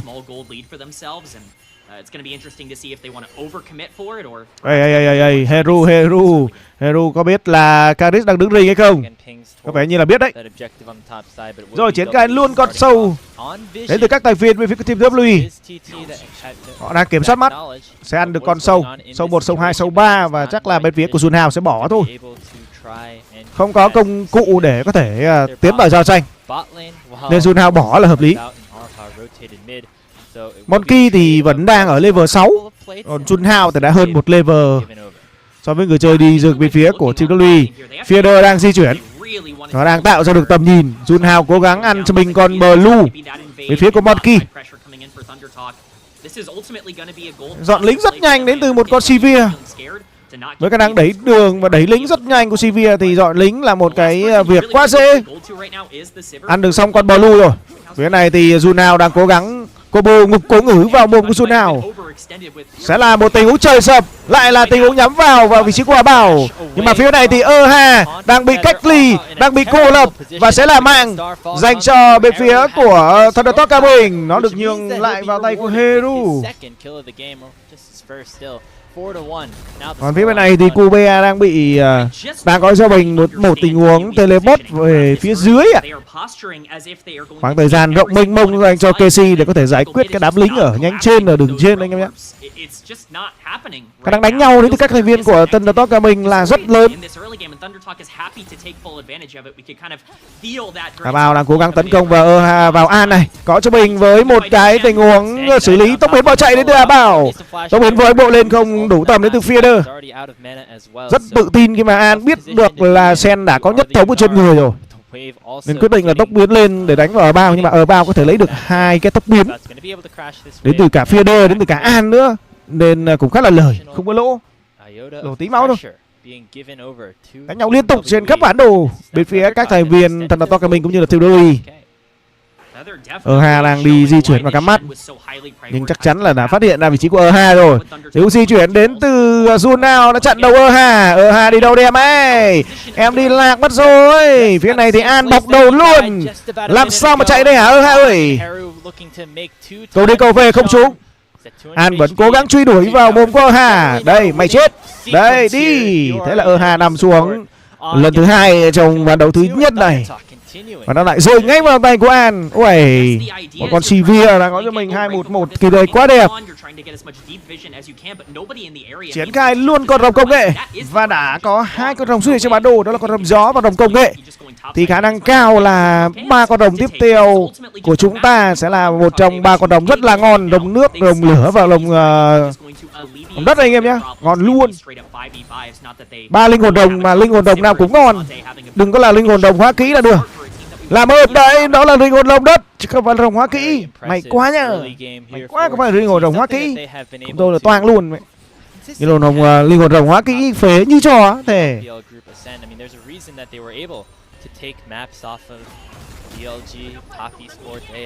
Đấy là LPL à? Nhót xỉu tham à? Xỉu tam nhót đúng rồi. Đánh nhau điên cuồng như này, tay tam chắc chắn về, tay kill chắc chắn là về, tay tam cũng thế. Đánh trừ nhiều à?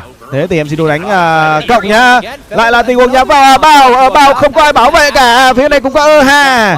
Một khoảng thời gian phải nói là khủng khiếp đến từ Thundertalk Gaming. Họ đang đẩy nhanh cái tốc độ trận đấu lên. Và đó là double kill do Junhao. Trời ơi, thằng Junhao mà nó đã có cho mình với 303.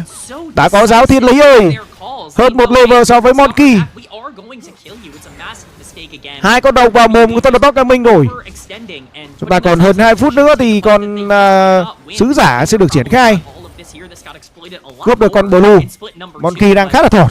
just can't be as greedy and aggressive as they have been. I gotta give a ton of credit to Junhao. He's been so và thấy được là các thành viên bên phía của Thundertalk Gaming họ đang triển khai một đội hình đánh nhau quá ổn trong trận đấu đầu. Ha và Abao nằm xuống liên tục ở trong trận đấu ngày hôm nay.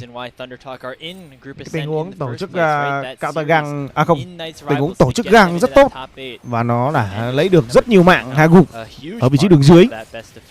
5 lần nằm xuống đến từ cặp đôi Abao và Ha. Quá là thỏ. Tại thì Monkey vẫn đang cố gắng đi ăn chim. Đớp được con chim hay không? Đớp được luôn. Vô ánh bộ không trúng vào vị trí của Monkey. Tại thì Fieder đang gặp nguy hiểm và đây là tá số đột nhắm vào vị trí của Junhao. Nếu hòa được hai người, phía này thì Fieder đang cố gắng bỏ chạy với cái nhân tổng của mình nhưng không tới chạy được. Còn Junhao có cho mình tốc biến qua tường.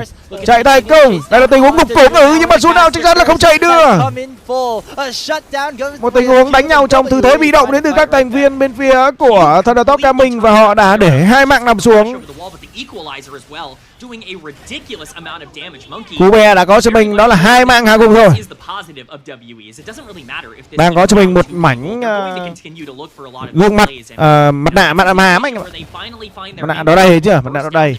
Đã có cho mình một cái mặt nạ rồi. Game 1 lúc nào thằng TT nó đánh cũng hay. Nhưng mà sang ván 2, ván 3 thì nó đánh ngu thôi. Phía này chúng ta thấy được là nở hoa chúng vào một người đó là Junhao. Còn phía này thì Fieder cố gắng là nhất thống nhưng không chạy được. Thế là đi. Phía đường dưới cũng có va chạm nhẹ đến từ vị trí của Kersante cũng như là Junara. Phía này thì An cố gắng vào hỗ trợ nhưng không hỗ trợ được. Khi mà các thành viên bên phía của WWE họ triển khai một đội hình quá nhanh. Và vừa rồi thì cũng khá là bị động. Karis đang đứng một mình một cõi ở vị trí đường trên và chắc chắn là lao vào cho con gì nữa. Cầu đi cầu về, kết thúc được cái mạng của Karis và mạng nằm trong tay của Heru. Sẽ là cái trụ đường trên luôn đây anh em nhỉ. Trụ đường trên luôn đi chứ. Lấy luôn. Cái này thì Fieder đang đứng rình để có thể bảo kê cho Heru để có thể lấy được cái trụ một đường trên. Ok, trụ 1 dành cho các thành viên của Thundertalk Gaming.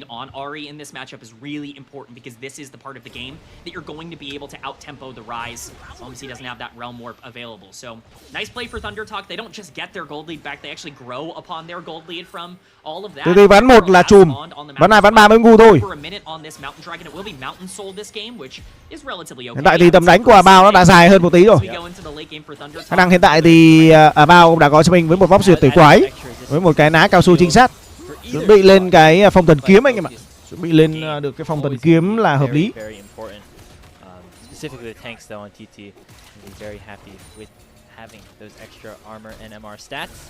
Looks like not another 50 seconds though until that objective spawns. So WE turning their focus once again towards the top side of the map. Herald has come available and Monkey's trying to zone feather away and gain some vision around that top side. Yeah, Keshi actually has TP advantage if they do want to go for a fight here, so WE needs to be at least a little bit careful. Cái này thì Keshi đang có cho mình với khoảng thời gian đi đường rất là thoải mái với Kube nhỉ. Fieder dính cho mình một cái tình huống tá súng hữu đột đến từ vị trí của Vi. Sau đó thì tình huống xuất hiện đến từ vị trí của Keshi đang hồi máu không khô máu và mồm qua bao. Sau đó thì trời sập và có cho mình tình huống xử lý tốt. Phía này thì An đang gặp nguy hiểm rồi. Lắc. An nằm xuống. An nằm xuống mất rồi. As the Comet Spear finds Monkey's heart, Junhao going off here in this team fight as top Thundertalk come out on top. WE, once again, just not respecting the fact that, like I said, Keshi has teleport advantage. He's going to be able to show up on this Cassante. Yes, you're able to pull the trigger and, destroy the support, but for what? You're putting yourself in a terrible position to be able to follow through on the rest of the fight. They're going for desperation. Đánh nhau là liên tục. 15 minutes into the game and Thundertalk are happy to take. Chúng ta đã có cho mình một giai đoạn và nó là quá phấn khởi. Triển khai luôn con rồng đất. Từ các thành viên bên phía của team BLV anh em nhé.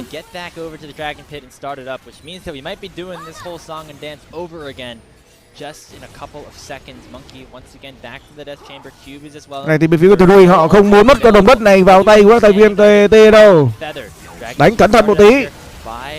Vào đang đứng một mình một cõi này.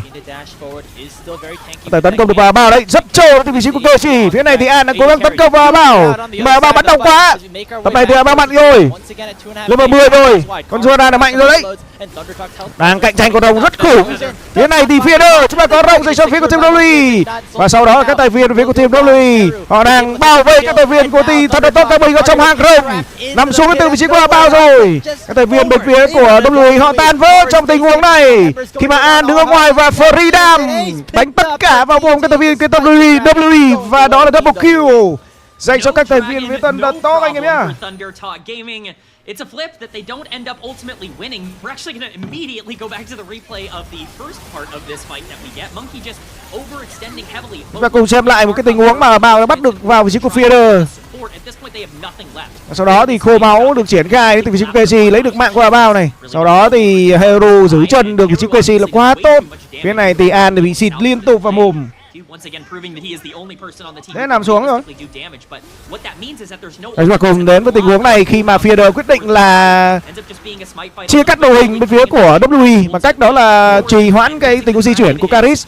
Sau đó thì Kubea đứng trong vòng vây của rất đông các thành viên bên phía của team Thundertalk Gaming và Kubea phải nằm xuống mà thôi.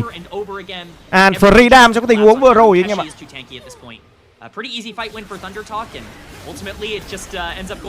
Đang triển khai con sứ giả đến từ các thành viên bên phía của Thundertalk. TT họ đang đánh rất hay trong trận đấu ngày hôm nay. Doesn't do any damage if you place it that way, and clearly Thundertalk didn't take a lot of damage in the ensuing team fight. Their gold lead has ballooned to 6,500, and they're looking for even more now as the Herald's already gone their way. Này thì chúng ta có cho mình nở hoa từ vị trí của Ha. Sút nào đang bị bắt bớ, sút nào nằm xuống rồi. Không, sút nào vẫn chưa nằm xuống. Có chấm máu của thoát ra ngoài. Cái này thì Karis đang bị tấn công. Feeder đang mở combat, mở đường bóng quá hay, kích hoạt được cái thần kia Topo lần thứ hai hất được về. Đến từ các tài viên của Thundertalk Gaming. Bắn rất đau, An tầm này đang có cho mình một cái đoạn đao Navodi rồi.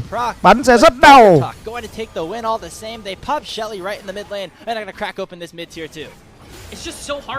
Cái này thì Monkey đang phải cố gắng bỏ chạy. Feeder cố gắng là không cho Monkey về. Hero được cắt cử ra có thể kết thúc được cái mạng của Monkey. Uầy, quá tuyệt vời. Đây là lần nằm xuống thứ tư ở trong ván đấu thứ nhất này. Monkey không muốn bà mẹ rồi. Các thành viên bên phía của Thundertalk Gaming họ đang triển khai một đội hình đánh nhau quá khủng. Và hiện tại thì với một con Junara thì nó phải cần người che mà không ai che cả. Đây chúng ta cùng xem lại tình huống mà KC đã bị tấn công. Sau đó thì trời sập nhắm vào vị trí của Monkey. Đằng sau thì có Heru. Chỉ cần hai người cũng đã đủ sức để có thể đánh bại đội hình bên phía team WE rồi. Đấy, phía này thì Ha còn tí máu thôi, nó còn láo anh em ạ. Này thì Karis này, trưởng đem. Phía này thì Hero có rất nhiều mạng gục anh em ạ. Một cái sự trâu chó đến từ một con cờ Sante để có thể lao lên và sau đó lui ra rất nhẹ nhàng tí cảm. Hey, you say that, but guess how much the gold lead was in game 2 against AL? It was about this much. It was about 9,000. Hiện tại thì Hero đang có một kỳ đề đó là 808. 808 kiểu này thì giết làm sao được. Tình huống nhảy vào làm try đến từ vị trí của Xuân Hào. Phía đằng sau chúng ta có cho mình thiếu teleport. Đó là vị trí của Hero. Con quỷ đến rồi. Hero đang bọc đầu các thành viên bên phía của WE. Đằng sau thì có Abao, có phi hồ để bỏ chạy. Hero vẫn cố gắng là đánh theo. Như vậy là Hà nằm xuống. Feeder là người kết thúc được cái mạng của Hà. Rồi, như vậy là tài 3 chứ còn gì nữa anh em. Tài 2.5 là về đấy.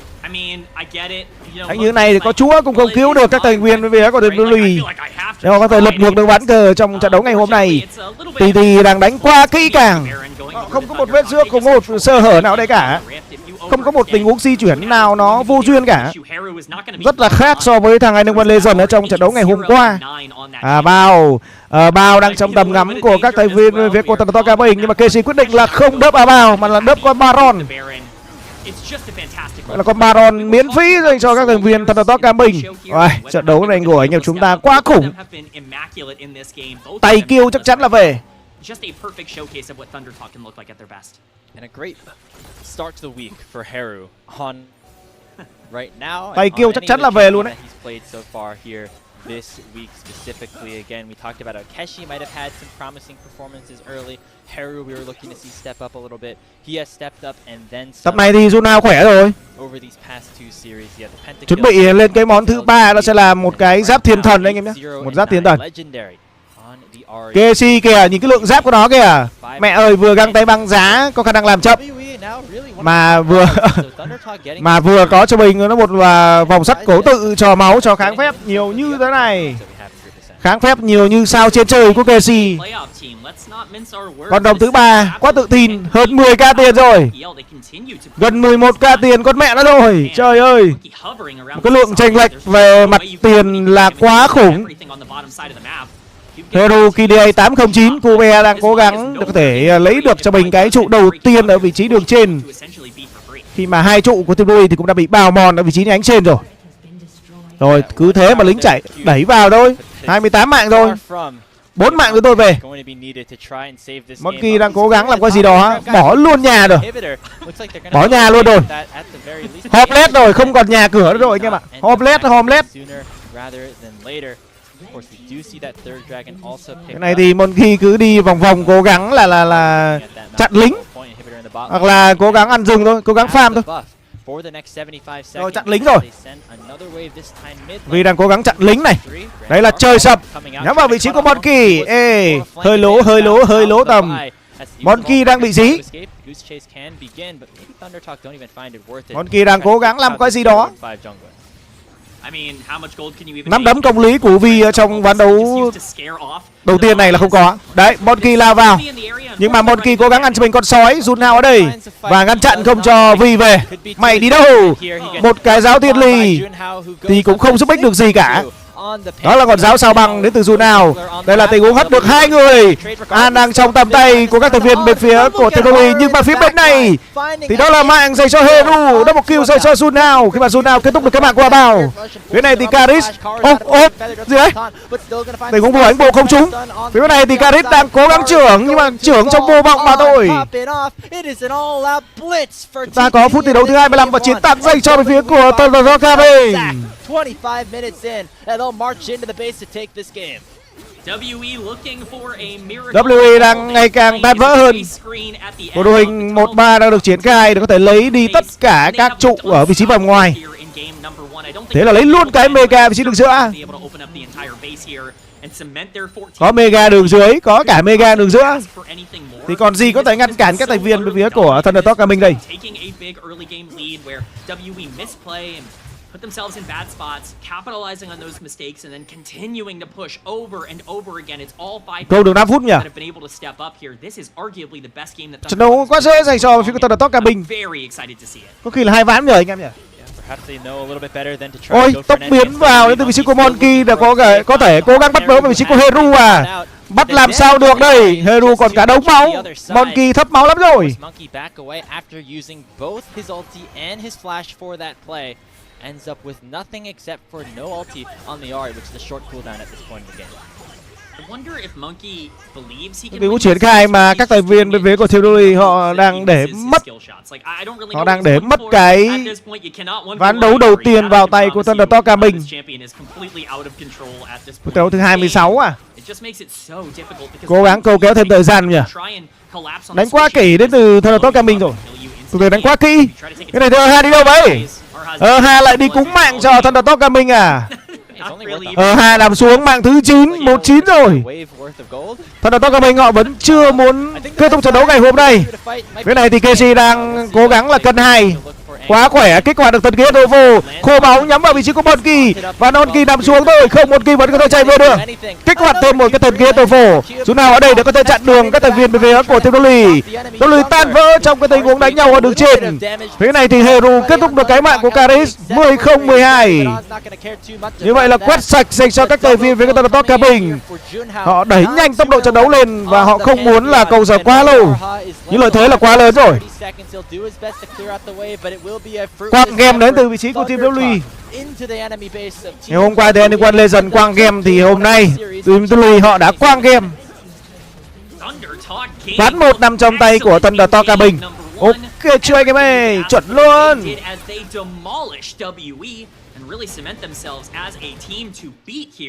Rồi, như vậy là chúng ta có cho mình khoảng thời gian mình sẽ lao trong giây lát các anh em nhá. Chuẩn chỉ dành cho anh em chúng ta có thể đồng hành cùng BLV Jindo bên trong nhóm. Anh em chưa vào nhóm có thể vào nhóm đồng hành cùng BLV Jindo thông qua những thông tin em Jindo đang ghi ở trên màn hình các anh em nhé. Rất cảm ơn anh em, chúng ta sẽ đến với khoảng thời gian nghỉ giải lao. Trận đấu quá hay, thật là to cả mình. Always a big part of what this team is able to do in the first 10 minutes of the game, and they were able to take that snowball, keep it rolling all the way to the enemy nexus, take a 1-0 series lead. I mean, this entire game blew up at that first dragon fight. It was completely over from that point. Just a miscommunication from WE with Monkey sticking on the objective and ThunderTalk collapsing as a unit. And I think that's a really good way to describe how this game ended up going, is it felt like ThunderTalk were so cohesive with a lot of the plays that they made. They have this big macro comp with Shen and Pantheon, and they want to play side lanes with Ahri. You have to play this really efficiently. You have to make sure you get gold in the right spots, and almost every play they went for was really well coordinated, really well followed up, whereas WE on the other end felt very isolated. It felt like a lot of their players weren't quite as in tune, and that was probably the difference here in game number 1. Yeah, I mean, after that first dragon fight, oh god, really didn't look back at all, as the gold lead, just a standard mountain instead of the valleys that we also often feature here on the LPL. Both Heru and On nearing 1,000 damage per minute, and on the other side, Team WE definitely got smacked in the face a little bit. Maybe they weren't fully awake like we normally aren't when we start off our broadcasts on the East Coast. Look, I don't want to flame too heavy, but Monkey did 2,000 less damage than support Shen that game, which is a bit of a problem. Not really what you're looking for. 7% of his team's damage. It was a tough game for the Vi. I mean, you can't say Monkey wasn't trying to pull some stuff back. The fight that we're seeing on the screen was really the one thing that went WE's way, and it's because they were continuously looking for ways back into the game. And the problem was that most of the fights they went for, I would say 4 out of every 5 fights they took in this game were just not good. They weren't well set up. They didn't have the vision for them. They certainly didn't have the damage to be able to capitalize, and it just means that, it's really hard to actually, push your game forward if you're playing this Vi engage comp around the Nico and you're using all your ultimates on a Shen. It just makes it really, really hard to be able to play the rest of the game out. And unfortunately for WE, they just didn't really have the right idea. ThunderTalk felt very comfortable and kind of breezed their way to a victory here.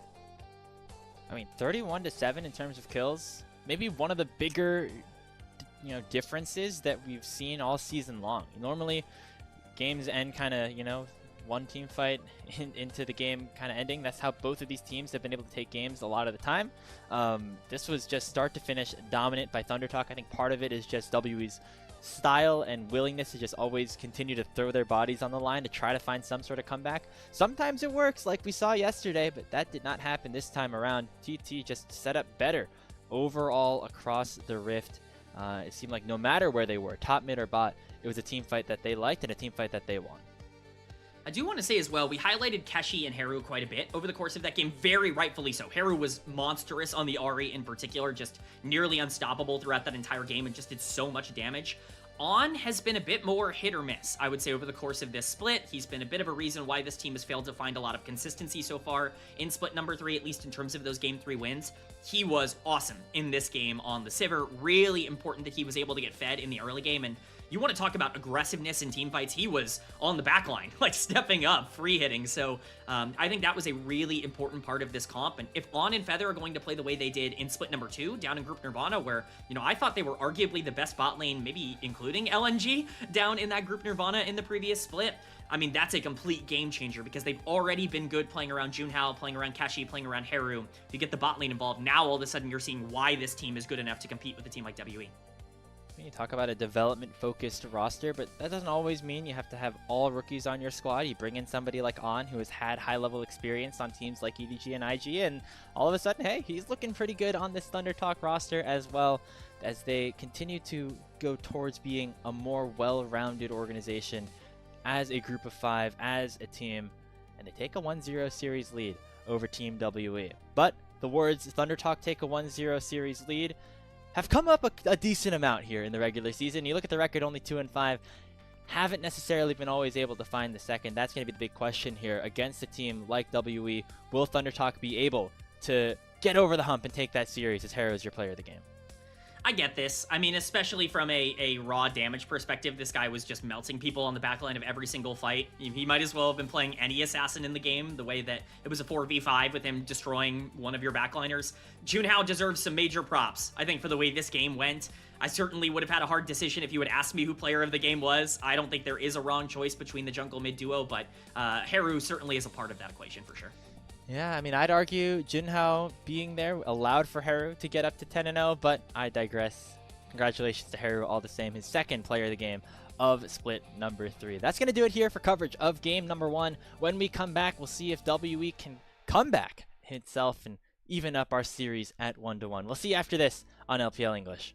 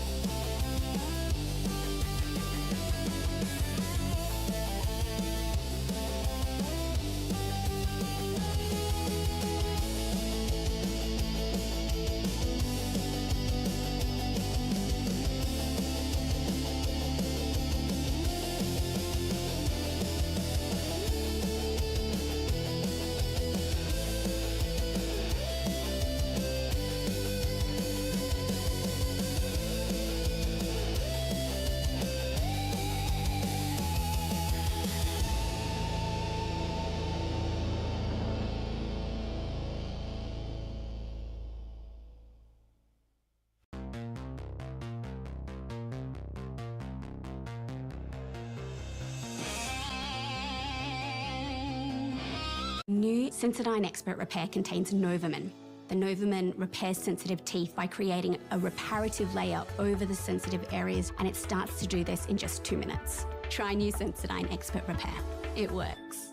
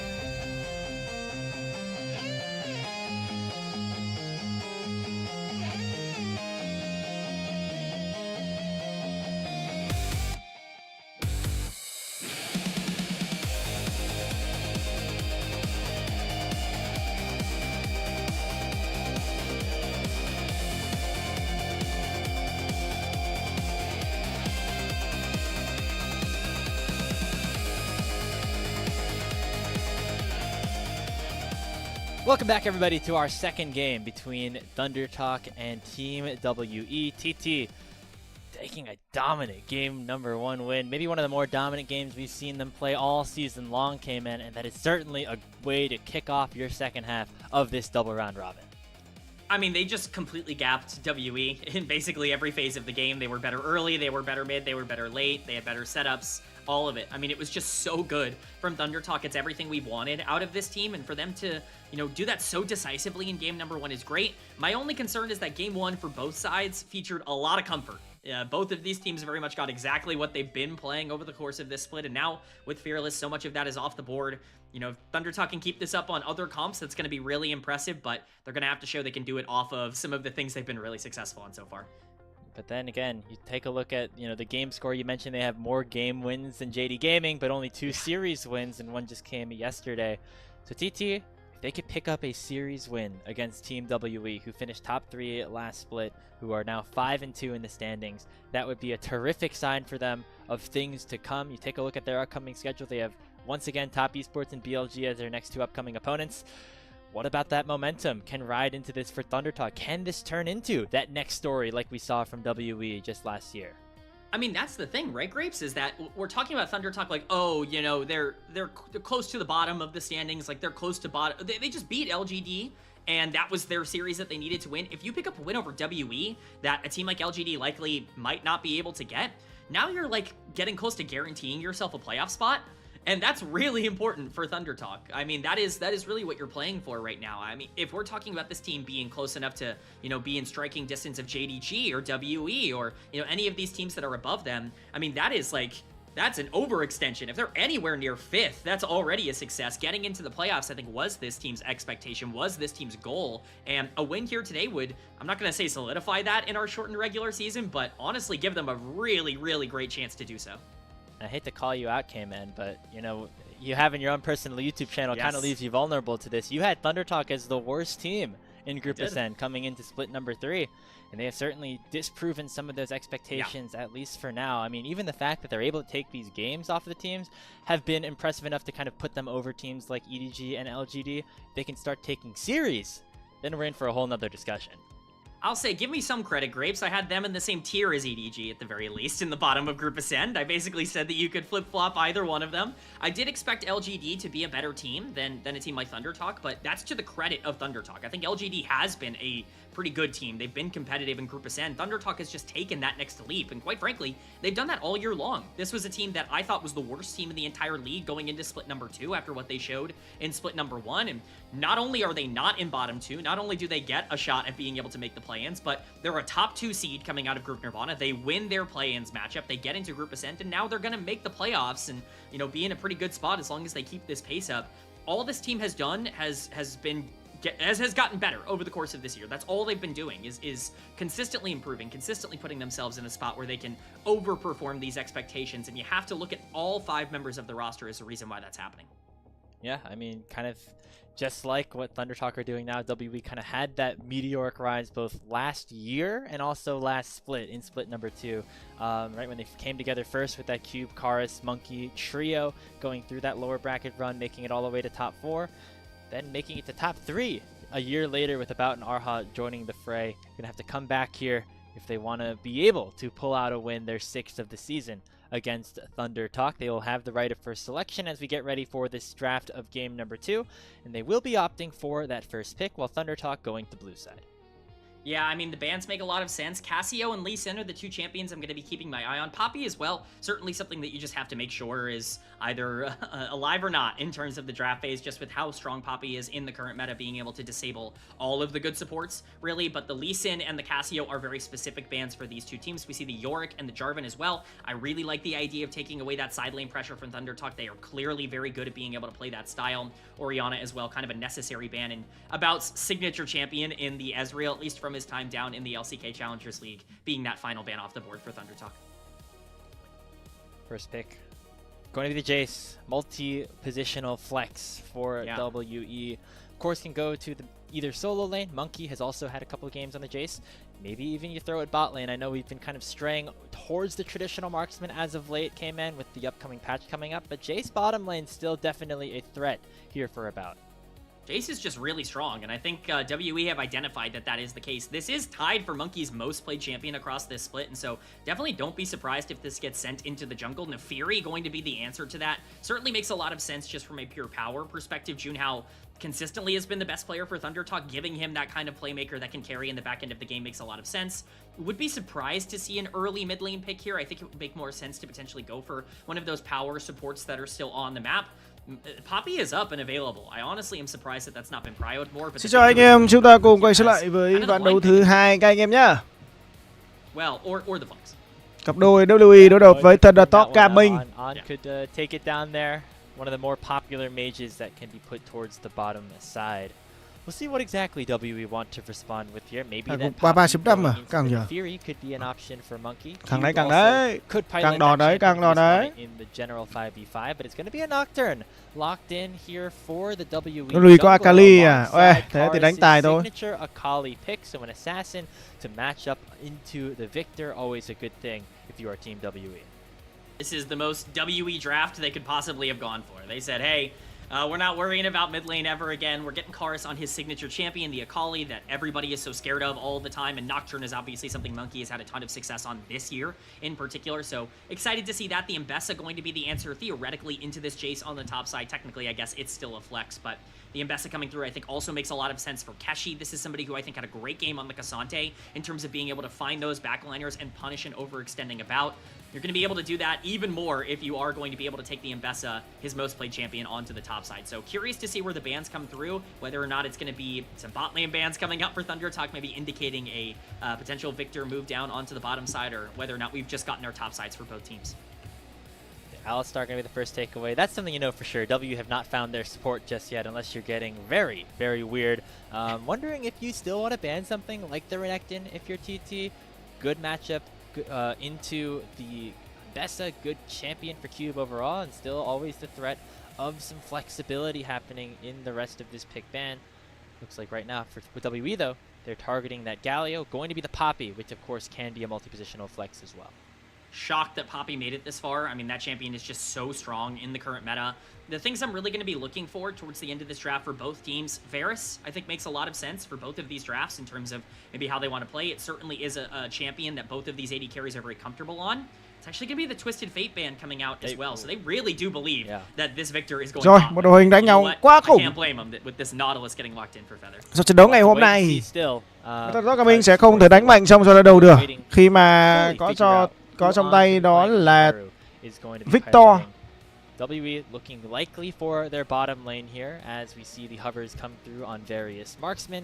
About on the Corki would be a pretty comfortable pick for him. Obviously, Karus played it yesterday, but also something that About has had many a game on here in the LPL in his rookie year. Going to be the Jhin instead, though, for a little bit of extra utility. It seems like WE feel like they have enough damage, which I would agree. Yeah, I definitely think this is a spot where Jhin can work. You have so much damage on the top side of the map, and you want to play for weak side bot here so you can get Nocturne moving around. Rồi, một đội hình đánh nhau quá khủng đến từ ThunderTalk Gaming với Victor, Mesa, Nautilus, Nefiri có khả năng đánh nhau ạ. Nhưng mà hiện tại thì bên phía ThunderTalk Gaming họ ban luôn hai con tướng rất mạnh ở vị trí đường giữa. Cassiopeia, chúng ta có Ori, Ana luôn.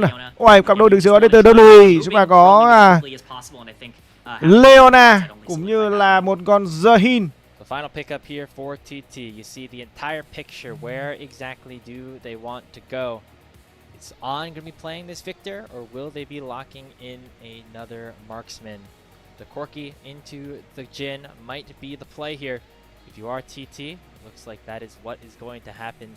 Still could flex it as we saw yesterday, but I would imagine it's going to be On playing this marksman. Yeah, I'm going to be honest. I definitely think this is Victor going mid. I already had my big doubts about Victor going bot lane, mostly because On has not played it at all this year, and it just doesn't really feel like the time for him to just be pulling it out randomly, having not, played it a ton. Maybe I'm wrong. Maybe we get a last second swap. ThunderTalk Gaming có cho mình một cặp đôi Corki cũng như là Nautilus. Ôi, đánh nhau mạnh đấy. So much pick and backline access coming in from the Nocturne and the Akali. Đánh nhau khủng nhá. Really important that they stay active in the mid game where they are at their strongest, but ThunderTalk have a lot of ways to be able to play out the late game. This Nefiri Victor combo is going to be incredibly scary, and they sneakily have a lot of range with that Victor and with the Corki in the later part of the game. Đánh nhau ok so luôn. be careful of that. Bên của WE thì họ có cho mình một Akali, JC Và cũng như là một con nóc tơn. Uầy, ngon thế. Thằng nào cũng có khả năng đánh nhau hết. Cặp đôi đường dưới về phía của chúng tôi là nó là chiến đo lắm rồi đấy. Còn bên phía toàn đội cả mình nó cũng chiến đo không kém. Certainly something they got completely overwhelmed on in the previous series. It's good to see them feeling more comfortable at playing towards their side lanes, and quite frankly, the reason that I like this WE draft, it's just what they like. They like to rồi triển khai những đội hình đánh nhau trong ván đấu thứ hai anh em nhá. Tay kêu là chắc chắn rồi. Some action in the early game. They're very happy to leave about on weak side with that Jin for him to still be relevant in the back end of the game. Thundertalk's draft, I think, is very strong in isolation, and I think, you know, they should be pretty adept at playing it, but I think WE is definitely going to be more in this one than they were in game number 1. Game number 2 as TT look for their first win against a top opponent here to kick off our second round robin here in Beijing.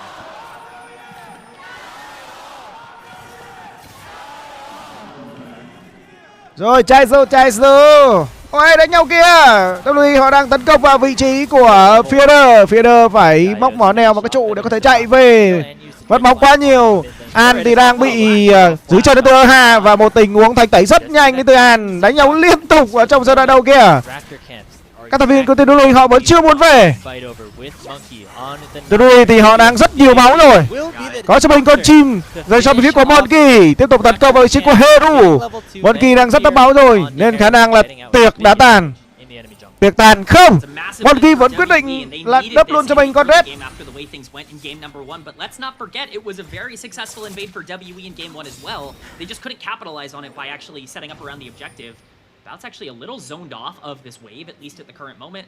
See how much they actually want to try to invest into this, but the entire bottom side of the map is going to be in favor of WE, and even if About and Arha... Phía này thì Bao đang cố gắng là cái tốc độ tăng sức mạnh đến từ vị trí của Monkey là phải là chín chung nhất. Bao và Arha đánh rất kỹ. Bảo kê kỹ như thế này thì Monkey không gánh team ở trong ván đấu thứ hai này thì đi chết đi.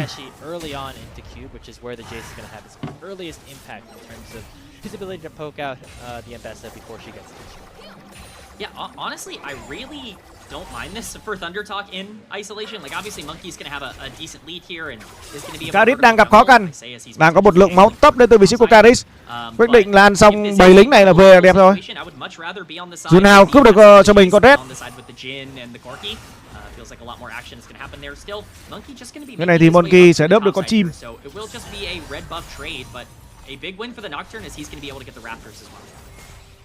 So Monkey has gone from enemy Raptors Bao với một lượng sát thương đủ đầy ở trong trận đấu ngày hôm nay thì họ đang có cho mình khoảng thời gian đi đẩy lính anh các bạn, đẩy đường luôn. Cái này thì KC đang gặp khó với một sải tay dài của Cube bắn rất đau. Chỉ còn 1/3 máu đang có trên người của KC mà thôi. Đây, đang có cho mình với một tình huống cameraman đang di chuyển vào Monkey. Monkey có vẻ như là đang muốn xâm lăng tung. Cube đã cố gắng tấn công vào KC. KC có cho mình với một lượng máu hồi phục lại đến từ cái bình máu. Và hết máu hồi phục rồi. Nocturne sẽ gặp Junao, nhưng mà Junao khả năng cao là bỏ. Ôi, tình huống tốc biến lên để có thể giữ chân cho mình con cua đến vị trí của Junao. Hoảng sợ để có thể giữ chân. Và đó là một tình huống tốc biến lên rất là quyết đoán để có thể giữ lại được con cua ở vị trí nhánh trên dành cho các thành viên bên phía của Thundertalk to cả mình. Nhưng mà họ sẽ phải trả giá mà thôi. Nếu thế đến kiếm trúng vào người của Fieder. Junao không có khoảng thời gian để farm. Fieder đang bị hoảng sợ, nhưng mà đây là một trường trọng lực được đặt ra đến từ vị trí của Heru để có thể giữ chân các thành viên TWE, bảo kê cho bộ đôi sụp bọt vào rừng bên phía của TT có thể về tay công. Cái này thì Monkey đang đẩy nhanh cái tốc độ trận đấu lên, vẫn có cho mình với một khả năng hoảng sợ thì đánh kiếm nhắm vào vị trí của Junao, không cho Junao chơi game. Ở trong ván đấu đầu tiên mày cướp rừng của tao thì trong ván 2 mày không được chơi game nhá, không còn tốc biến nữa rồi. Nhưng mà Monkey không đủ sức để có thể hạ gục được Junao. Phía bên này Monkey đang bị kẹt lại, Monkey kẹt lại và đó là mạng dành cho bên phía của Thundertalk cả mình. Trời ơi, nó đẩy tốc độ trận đấu lên nhưng mà bên phía của TWE họ đánh quá dở trong những cái tình huống cản trở về phía của Thundertalk cả mình ăn rừng. Đó là 2 mạng dành cho Thundertalk cả mình rồi. Mẹ Monkey cùng với WE đang làm cái gì đây? Mẹ chôn game à? Giống Anyone Legend ngày hôm qua.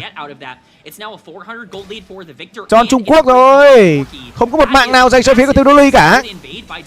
Khi mà họ đẩy nhanh tốc độ trận đấu của ván đấu thứ hai lên mà không giết được người. Không giết được người thì làm sao mà có sức mạnh đây. Cả thấy họ còn bị counter găng nữa này. Cái phần trên thì chúng ta có cho mình tình huống solo kill dành cho Cube. Sẽ là Chí Tiền vào đầu không? Đó là tốc biến đánh tay đến từ vị trí dạng búa của Cube. Đàm tay rất đau và đó là solo kill dành cho người chơi nhánh trên.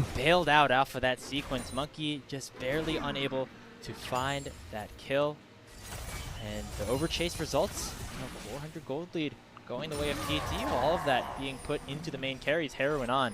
Each have a slight advantage. I mean, that's the thing that does scare me, is that Neferi, Victor, Corki is probably not matchable damage in the back end of the game. You obviously have a lot of tools if you're WE to get on priority members with the Nocturne and the Akali, but if there are 3 members of the enemy team, maybe even an Embessa that are scary, then things get difficult. Kharis is very pushed up. Hiện tại thì Kharis đang rất đắp máu. Thế này thì dù nào chỉ cần dẫn lên và quăng dao Duckin vào mồm Kharis mà thôi. Nhưng mà Kharis không thể chạy được. Nếu móc bỏ neo chính xác. Và đây sẽ là cơ hội phản găng dành cho bên phía của team WE. Khi mà hiện tại thời gian đầu của mình họ không còn đam. Nhưng mà chúng ta có cho mình tình huống xuất điện đến từ vị trí của Monkey. Monkey ở lại. Và An rất đến rất đúng lúc, đúng thời điểm và nằm xuống dành cho bên phía của Monkey lần thứ 2 trong ván đấu thứ 2 luôn. Trời ơi. Thằng Monkey làm cái trò gì đấy? Mẹ Monkey tròn game rồi anh em ạ. Tròn Việt Nam rồi.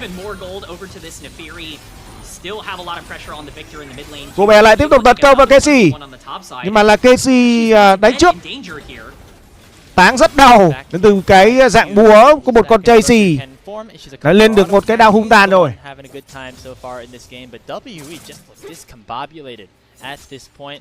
Seems like the magic in terms of every fight that they take results in a win. Chỉ có con đồng dành cho bên phía của team WE. Cái quái gì đây nhở? Surprising to say. Đánh handicap như này hỏng rồi. Casey đang bị dính cái tình huống bắn cầu giấm của Kobe. Kobe tiếp tục là chỉ tiền vào đầu của Casey và Casey nằm xuống lần thứ 2. Đó lại là một mạng solo kill tiếp theo. Phía này thì Kharis đang chặn đầu Jun nào. Có mình sự xuất hiện đến từ phía đó. Sử dụng sát chiêu hoàn ảo nhưng chưa có kết thúc được mạng của Jun nào và chúng ta có rồng dành cho WE. Nhưng mà vừa rồi thì Kharis làm tất cả mọi thứ để có thể dâng mạng cho Eha. Thằng Eha vào đớp mạng luôn ạ. Hoạt động công nghệ đầu tiên dành cho bên phía của team WE anh em nhé.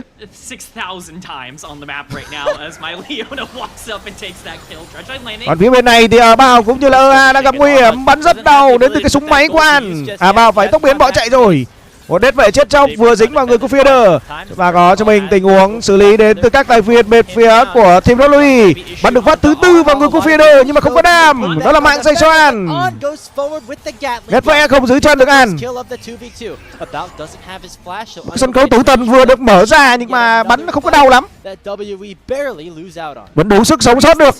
Đến từ các thành viên bên phía của thân top cả mình và họ trả đam rất nhanh. Every which way possible. It's just been a blast so far, and On gets a massive lead on the bottom side. He mostly is catching up in terms of that CS, and he will be able to catch up as he returns to lane here and should have a little bit more pressure. But those 2 kills are going to matter. Hai đang di chuyển lên để có thể ngăn chặn những cái tình huống ăn sâu của các thành viên của thì thân top cả mình.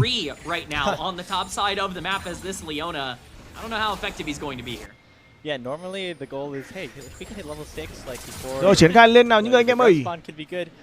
Not happening here in this game. Lúc này chúng ta đang thấy được là đang có cho mình khoảng thời gian tắt đèn để có thể tấn công vào vị trí của An đến từ Monkey, nhưng mà không đủ đam để kết thúc mạng của An. Trời ơi, không đủ đam rồi. Một lượng đam là quá yếu đến từ vị trí của Monkey. Cái này thì Hà quyết định là đang cầu giờ để có thể chờ tình huống di chuyển đến từ Kharis. Là không muốn là các thành viên bên phía của thân top của mình có thể hỗ trợ cho An, và thế là mạng được nhường lại dành cho Bảo, quá hợp lý. Đây tình huống xử lý quá hay đến từ Eha. Eha đang cầu được quá nhiều thời gian để cho Monkey cũng như là Bảo. Những cái sát thương đầu ra đến từ thân bên phía của team WE có thể về nhà tay công. Ôi, được thế à. Tình huống mà Eha đã giải quyết và hỗ trợ cho hai người chơi Bảo cũng như là Monkey có thể về nhà mà an toàn không chết. Đúng xử lý quá tốt từ Eha. Cầu quá nhiều thời gian.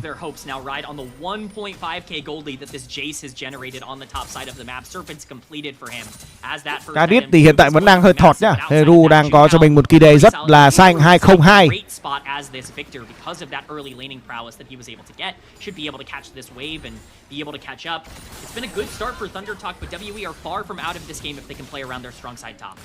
Còn phía đường trên thì Cube đang có cho mình một giai đoạn đi đường quá khổ. Quá là khổ tâm. Cube quyết định chỉ tiền vào đầu của Casey. Casey đang có cho mình một khoảng thời gian đi đường và nói là rất thọt so với cu bé bên phía bên kia. Cu bé hiện tại đang triển khai biến hình thành cu to rồi. Ôi, Fielder làm gì đấy? Fielder đang cố gắng là hỗ trợ cho An. Và phía bên này chúng ta có cho sân chuyển đổi nhắm vào vị trí của Bao. Vẫn chưa có mạng dành cho vị trí của Jun nào. Không, đó là vị trí của rời ra. Đây là những tình huống mở ra sân khấu tử thần nhắm vào những các thành viên bên phía của Tân Bắc Bình đang cao tơ găng. Jun nào đang ở đây và đang không còn sự hỗ trợ đến từ các thành viên bên phía của Tân Bắc Bình, và thế là có mạng. Chúng ta có cả teleport đến từ vị trí của Cube. Mạng thứ 3 nằm trong tay của một con JC. WE find an answer. It seems like whoever's starting the fight is the one who loses it. Graves, my brain is struggling to process everything that is happening. I forgot what a chaos. hammer was for a second. I'm right, it's just insane. So much going on. Q being able to show up really is the difference maker for this fight. The reality is that if you kill about here, things do go quite. Cho cùng xem lại mà một tình huống mà Tân Bắc Bình cố gắng là tấn công vào vị trí của Bao. Bao có cho mình một cái khiên. Và sau đó thì dù nào không thể kết thúc được cái mạng của Bao. Và sau đó là một tình huống counter gang khi mà Karis cũng như là Cube có mặt rất đúng lúc đúng thời điểm. Đây là chí thiên trúng vào hai người. Phát bắn rất đau đến từ vị trí của Bao. Hỗ trợ như này là ok rồi. Tình huống rất vẻ không trúng vào được An nhỉ.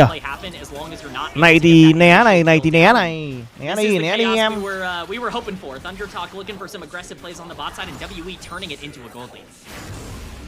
The amount of time that X champion has been at sub 100 HP in this game certainly outlasting the median that we typically see in an LPL game. There's been a lot of 1 HP. Không biết là Hero có thể cứu được các thành viên với của Thudori hay không. Nhưng mà cho thấy được là những khoảng thời gian counter gang đến từ vị trí của Thudori đang là tốt. Counter gang là rất tốt anh em nhé. It's the kills that haven't gone over that make it equally exciting. I mean, that's the thing. Dù nào đang có mặt ở đây. Ôi, bắn đầu kìa. Đó là phiên thứ 4 của Bao. Bắn thẳng vào mồm của An và lấy được nửa cây của An luôn đây. Còn phía bên này thì Cube đang cố gắng để có thể bỏ chạy dưới tầm truy sát của Casey. Đánh con luôn anh em nhá. Đấy, đánh là phải như thế. Nó phải như thế này. Đánh nó phải chiến. 12 mạng rồi. 1 phút 1 mạng. Hiện tại thì trận đấu của chúng ta đang trôi qua phút thi đấu thứ 12 và 1 phút 1 mạng. Đang trên con số 13. Và chúng ta có cho mình tình huống hoang tưởng đến từ vị trí của Monkey, tắt đèn đánh rất đau vào người của các thành viên bên phía của Tân Bắc Bình, nhưng mà đó là mang dành cho Heru, double kill dành cho Heru. Tình huống xử lý không hay đến từ các thành viên với Tedoli. Cái này thì Cube cố gắng tấn công vào Casey. Casey đang rất là muốn trao đổi kill thức và đây là một tình huống quân công khai. Phản đàm rất đau đến từ vị trí của Casey.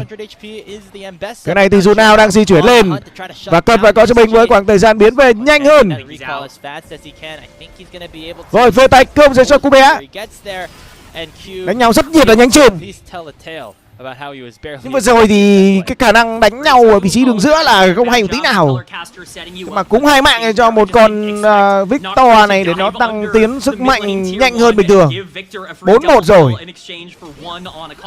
Đuốc lửa đen và một cái giày khai sáng thì phải. Đây, cái tình huống này thì Karis dính vào cái trường trọng lực, không thể vào hỗ trợ được một kỳ. Trời đất ơi.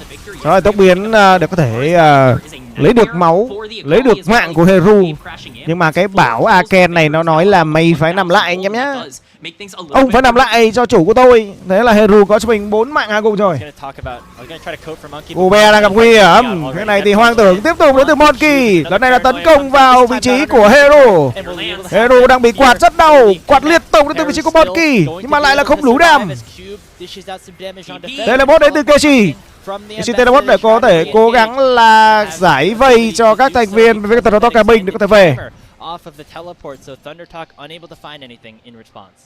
honestly a pretty risky play overall for WE because Haru's ultimate was 3 seconds away from coming off of cooldown in that fight, and that could have been a pretty big problem if he was able to. Tập này thì ba bắn cũng đau rồi đấy.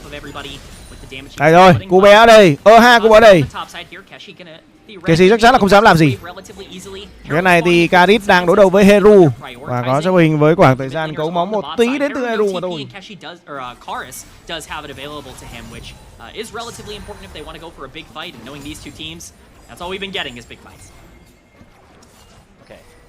Với bao đam cũng to rồi đấy. Một kiếm Mazumu đã có trên người của một con Zahin.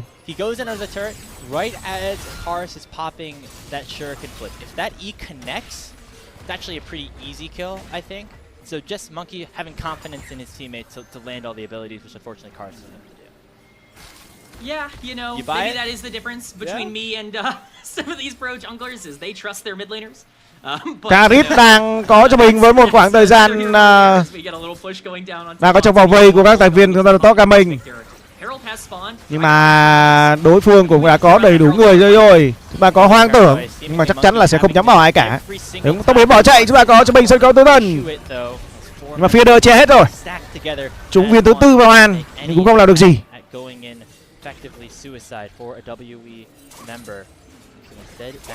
Cái này thì Karis lại tiếp tục bị tấn công đến từ vị trí của Heru. 4 thành viên với tàu top mình họ quay trở lại để có thể áp sát vào vị trí của Karis. Karis chắc chắn là phải bỏ chạy thôi, bỏ cái trụ này thôi.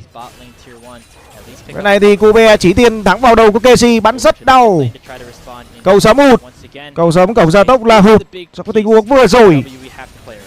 Thoái thác cố gắng tấn công đến từ vị trí của Keshi, vẫn chưa thể giữ chân được Keshi. Keshi đánh khá quậy ở trong tình huống này. Đã có trụ bột dành cho bên phía của BLV anh em nhé. Phía đường dưới thì Thunderbolt của mình cũng cố gắng lấy luôn cho mình cái trụ ở đường dưới luôn và nó sẽ thành công. Junhao có mặt ở đây, bị xử trần đến từ hết vẻ chết chóc qua bao và bắn khá đau. Đây nửa cây mà cũng không thể làm được gì khi mà trụ còn quá nhiều máu.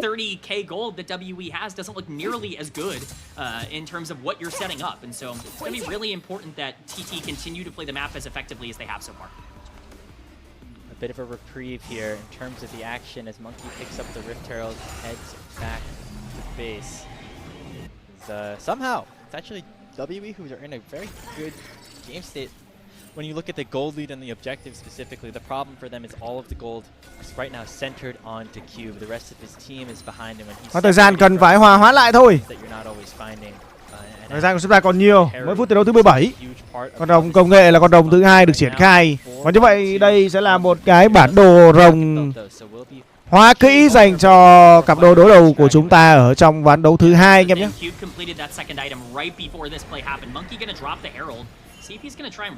Ôi, triển khai luôn con sứ giả à? Quyết định là mở giao tranh à? Từ nhắm vào được vị trí của An phải thanh tẩy, lấy được cái trụ ở vị trí đường giữa. Nếu xử lý hay đến từ vị trí của Monkey nhưng mà không thể gây được một lượng đam nào cả. Monkey đam xuống. Vừa rồi thì An đã có cho mình với một khoảng thời gian rất may mắn. Monkey quyết định lao vào là thật sự không tốt tí nào. Nhưng chỉ lấy được cái trụ rồi thì đẩy được vị trí của An về rồi thì nên bỏ đi mà ăn rồng hóa kỹ là hợp lý nhá. Karis đang cố gắng bật cái bom khói của mình lên. Karis tấn công, đó là sát chiêu hoàn ảo nhưng vẫn chưa thể khống chế được vị trí của Chun nào. Lại một lần nữa thì thoát. Heru đang gặp nguy hiểm, Heru nằm xuống. Trận đấu của chúng ta đang được triển khai rất nhanh. Phía này thì Keshi đang cố gắng là tấn công vào các thành viên bên phía của Theory để có thể làm được một cái gì đó, nhưng mà ở đây vẫn còn Kube rất nhiều màu. Tấn công vào Keshi, Keshi đang bị giữ chân. Keshi không thể làm được gì cả. Cái này thì An đang rất tập máu và nằm xuống luôn rồi. Chúng ta có cho mình một tình huống một tí thôi là quét sạch dành cho phía của team WE. Chiến khai con rồng đi chứ còn gì nữa. In the exact right spot to be able to take advantage of that fight. No monkey, no problem. I really did think that the lack of no monkey, no problem. Không có monkey thì cũng không có vấn đề gì xảy ra cả. Các thành viên còn lại của Theory họ vẫn đang quá mạnh. Sẽ là con rồng. Cái này thì Monkey bật hoang tưởng lên tấn công vào vị trí của Junhao. Junhao đứng láo này, láo này. Đánh chó rất đau từ vị trí của Monkey. Trường trọng lực được đặt ra, không thể giữ chân được Monkey. Monkey có thể về dưới sự che chở, che chắn của Eha. Đây, Karis nó cũng rất mạnh rồi đấy nhá. Có một trang bị trấn vai dành cho Karis. Đó là một cái kim súng hack tech rồi đấy. Này này, thằng A này nó đánh rất vớ vẩn. Vừa rồi thì Monkey cũng có cho mình với những cái khoảng thời gian mà khá là tự tin khi mà lao vào trong vòng vây của địch. Thế là đi. Karis bên này thì cũng tấn công vào vị trí của Junhao này. Vật bom khói có cho mình tốc độ di chuyển. Và nó khiến cho cái sức mạnh của Junhao không thể làm được gì cái tình huống này.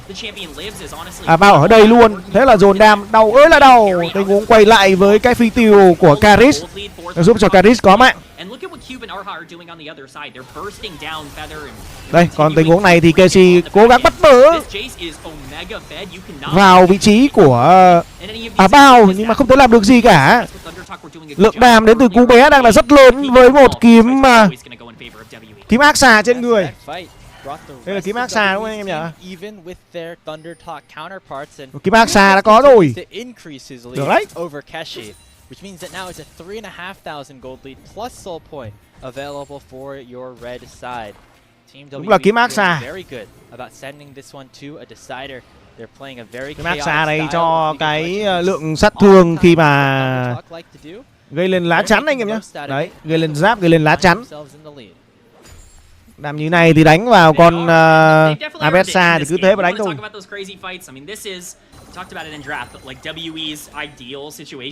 Giảm lá chắn đến từ một con tướng như là Cube với một xà tay dài và khả năng đánh nhau nó quá nhiều.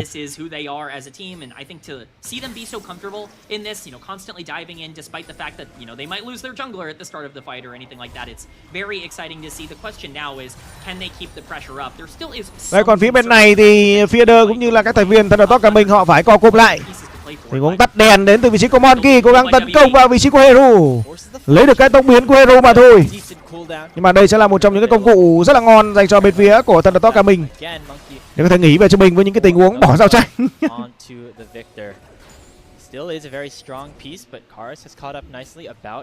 Casey đang dắt dớ một tí cái đám lính nhỏ nhỏ ở vị trí đường dưới thôi, không có gì đáng kể cả. Hiện tại thì Casey cũng đang có cho mình đó là một cái teleport rồi, nên cũng không ngoại trừ những cái tình huống đánh nhau. Casey sẽ xuất hiện rất là đúng lúc, đúng thời điểm. Mà tầm này đánh nhau thì phía WWE họ đang có cho mình một lượng đam hỗn hợp là rất lớn đấy các bạn. Lượng đam vật lý từ Abao này, Cube này. Karis cũng có cho mình một lượng sát thương phép, một lượng sát thương hỗn hợp là rất lớn trong tay của các thành viên bên phía của team WWE anh em ạ. Ngon luôn.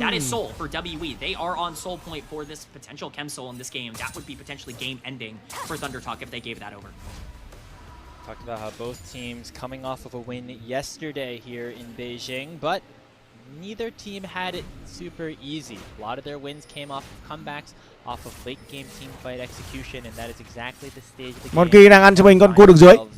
Now, WWE cannot be comfortable with just a 3,000 gold lead. Thundertalk were able to come back from deficits. Tập này thì Junhao chỉ là như một con chó cỏ thôi anh em ạ. Mặc dù là Monkey đang có cho mình với một KD nó là 143.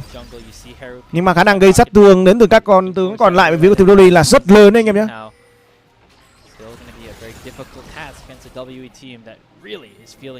20 mạng trong trận đấu ngày hôm nay rồi. Chắc là tỷ số 1 đều mà thôi. Hiện tại thì bên phía team WWE họ đang mạnh hơn rất nhiều so với Thundertalk cả mình. Handicap là vẫn còn sống các anh em nhé. Mà handicap chắc chắn là vẫn còn sống luôn đấy. Tools for backline access when it comes to WWE, so many dive, options for them that being able to trade an ult that's for sure going to be off of cooldown for a flash that very much will not be for this fight, I think is really important. Although flash getting closer and closer, if it is off of cooldown. Thấy được là cái khả năng đánh nhau phía team WWE là lớn như thế nào anh em ạ. Nếu tốc biến lên thì có thể đối tốc biến với Abao, một tình huống mà Feeder chủ động tốc biến lên để lấy tốc biến của Abao. Đối để lời nhá. Biến của một support lấy một tốc biến của AD là lời đấy. Rồng đã ra rồi. Các thành viên của Thundertalk cả mình họ đang triển khai những cái vị trí khá đẹp ở trong hang rồng. Quyết định là không để cho các thành viên phía của WWE họ có cho mình với linh hồn rồng sớm. Teleport bọc đầu. Chúng ta có sân công tứ tuần được mở ra, tấn công vào vị trí của Fielder. Phía này thì KC kết thúc được cái mạng của R2 rồi. Một kỳ là vào tấn công vào vị trí của Junao, cũng có Smin Karis. Hey, chúng ta có con rồng dành cho bên phía của Thunder Top Gaming rồi. Phía này thì KC đang quẩy rất căng cực, double kill dành cho Karis ở phía dưới. Hey, bên đằng team WE làm cái gì đấy? Karis phải cố gắng bỏ chạy rồi. Mất rồng mà mất luôn cả hai người, nhưng mà 2 đổi 4. Qua lời dành cho bên phía của bên phía của team WE anh em ạ. Lời. Triển khai luôn có Baron. Rồi thì KC đã rất nỗ lực để có thể quẩy tung chảo, nhưng mà lần này thì quẩy nó không ảo được rồi. Tung chảo thôi.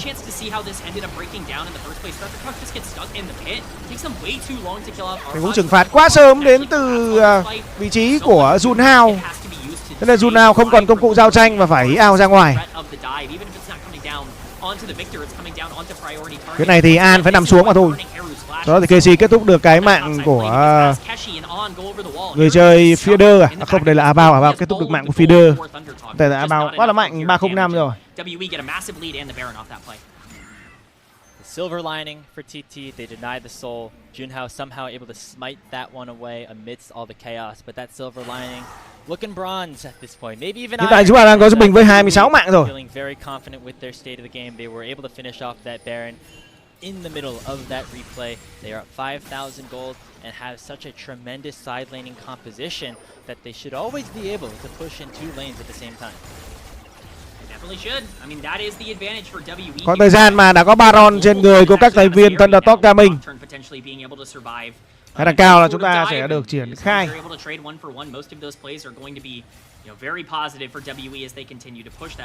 Rồi triển khai luôn. WE quyết định là đẩy luôn cái vị trí đường giữa này. Còn vị trí của Karis được cắt cử ra đi một mình để có thể đẩy ở vị trí đường dưới. Đấy, cứ thế này mà bảo trụ thôi. Bảo trụ quá nhanh. Đã có phòng tầm kiếm trên người của Abao rồi. Very deadly duo when it comes to their poke. Shock blast into deadly flourish going to constantly be the play here for Team WE. As Karis looking for an assassination on Takeshi potentially. Didn't burn the ulti, so will be các bạn thấy được là cái lượng sức mạnh của nó là quá khủng, hơn 5k 7 tiền rồi. Giữ chân được vào vị trí của Heru đang có cho mình sự che chắn của Feeder, mà che chắn tầm này thì che chắn kiểu gì đây? Lấy cho mình cái trụ nhá. Tao biết bỏ chạy từ ha. Ha đang bị giữ chân và va phải nằm xuống. Một cái mạng dành cho Heru. Ở phía bên này thì Karis vẫn đang cố gắng bào đi cái trụ thứ hai vị trí đường dưới này. Ngon luôn. Very messy from WE, but they are able to escape with their lives, 1 for 1. They're able to break open the base and still grow their gold lead, but probably not the Baron buff that they were looking to have. Still overall pretty. Tại thì cái bùa Baron vẫn còn trên người của các thành viên WE, nhưng mà còn 3 mấy giây thôi. Đấy luôn vị trí đường trên này. Con đồng còn hơn 1 phút 34 giây. Thì nó sẽ xuất hiện trên bản đồ. Đây, Karis đang cố gắng tấn công vào vị trí của KC, nhưng mà KC quyết định là đánh trước. KC đang bị xử lý một cách rất nhanh gọn đến từ Karis. Tình huống mà KC quyết định là có cho mình một cái ulti nhắm vào người của Abao với một cái hành thích công khai. Nhưng mà hiện tại thì KC đang quá là thọt, quá yếu, quá ốm rồi, 1-4 rồi. Làm gì còn khả năng quẩy nữa đây. Perfect, really. There's not even really a lot of critique I can possibly give him for the way he's played out this mid game. He's going to be able to keep this up and grow that lead. It's only going to be more dangerous. 50 seconds now on this dragon spawn. I'm really going to be looking at the vision coverage. Triển khai con đồng chứ nhờ. Chúng ta còn 41 giây cho con đồng thứ hai, không, con đồng thứ tư dành cho tiêu đi, hay là con đồng thứ hai dành cho bên phía của Thunder Top Gaming này.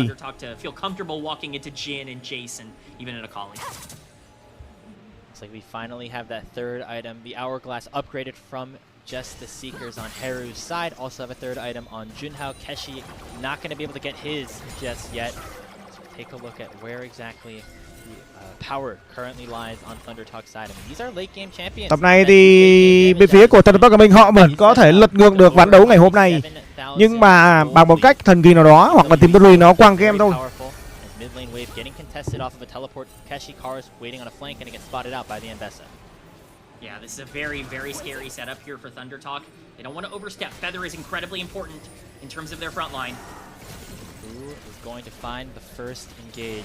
Both supports have the opportunity to go in, but they know that it likely will come at the cost of their lives, so making sure it is a good one. Rồi, đã có đầu rồi nhá. Chuẩn bị đánh nhau to hàng dọc nào. Ê, luôn, làm luôn. Đớp nhau đi.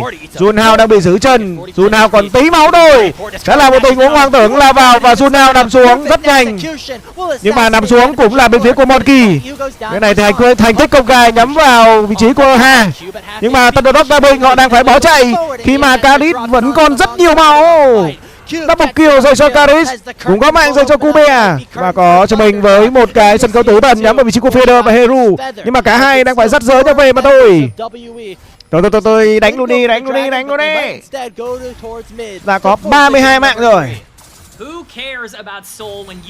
Không còn quan tâm đến những gì đang diễn ra trước mặt bên phía của team Blue, thì mà họ đang quá mạnh rồi. Bắn này thì bắn này, bắn luôn, chơi luôn. Đang cố gắng tấn công từ Kadit, cố gắng tấn công và giải quyết được Heru. Một tình huống combo và đó là khủng khiếp. Thêm một mạng của Junhao luôn. Đây, vào luôn, đúng rồi Junhao ơi, không thể có cho mình mạng để cho các thành viên bên phía của Thundertalk Đa Bình họ đánh quá tệ trong ván đấu thứ hai. Game 3 trong trận đấu ngày hôm nay của chúng ta các anh em nhá. Ôi, đánh nhau liên tục, thế này mới ngon chứ.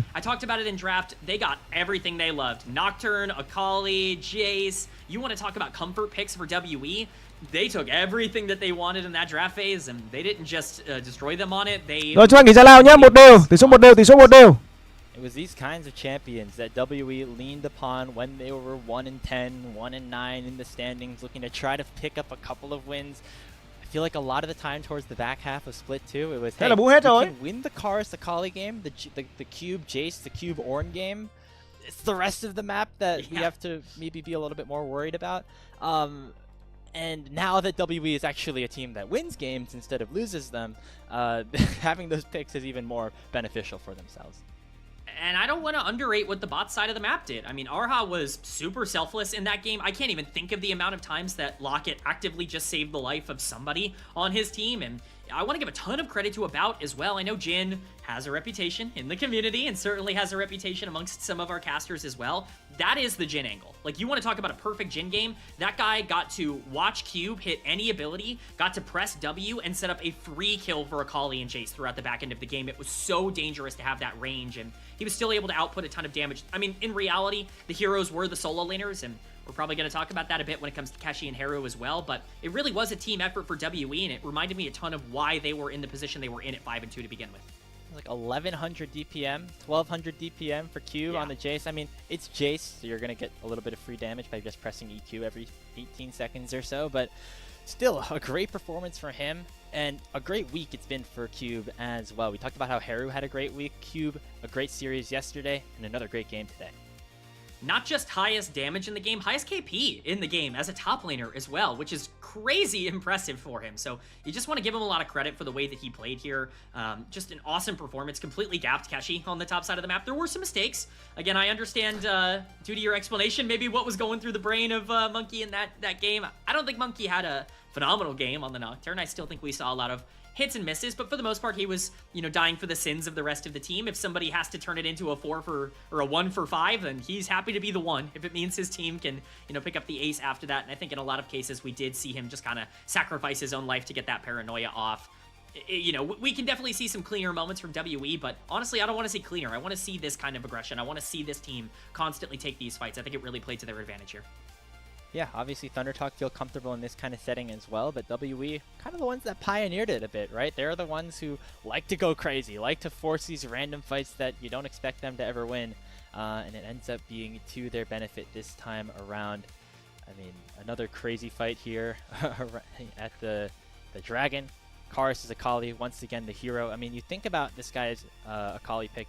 If you're just like generally scouting Karis and you look at his general win rates across the board, you see Akali, it's at like I think 48, 49%. And you're like, this guy's kind of just average at Akali. You have to remember, this guy's been on some pretty bad teams. It's a team 50-50. That's pretty good. It's not crazy to say that WE has been unquestionably Karis' best team ever.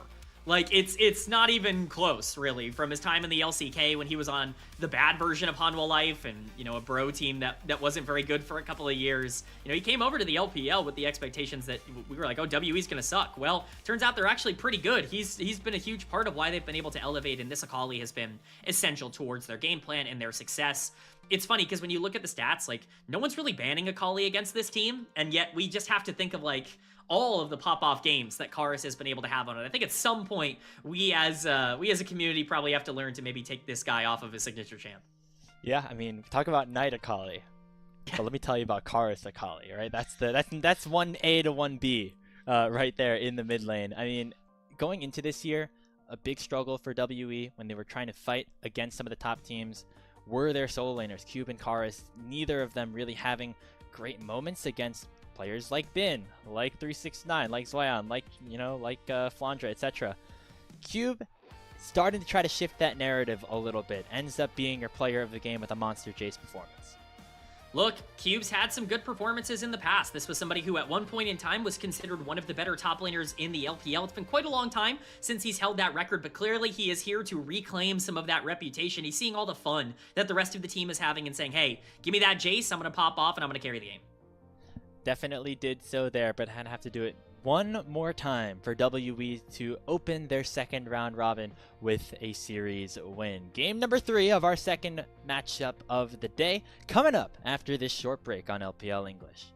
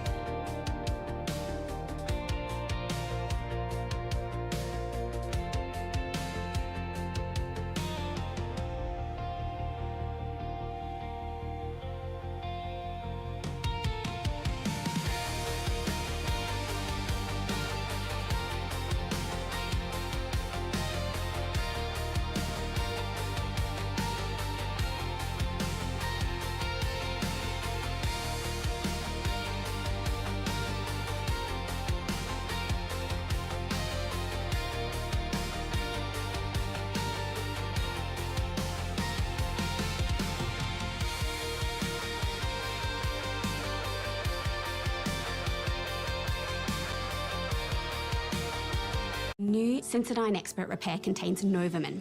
The Novamin repairs sensitive teeth by creating a reparative layer over the sensitive areas, and it starts to do this in just 2 minutes. Try new Sensodyne Expert Repair. It works.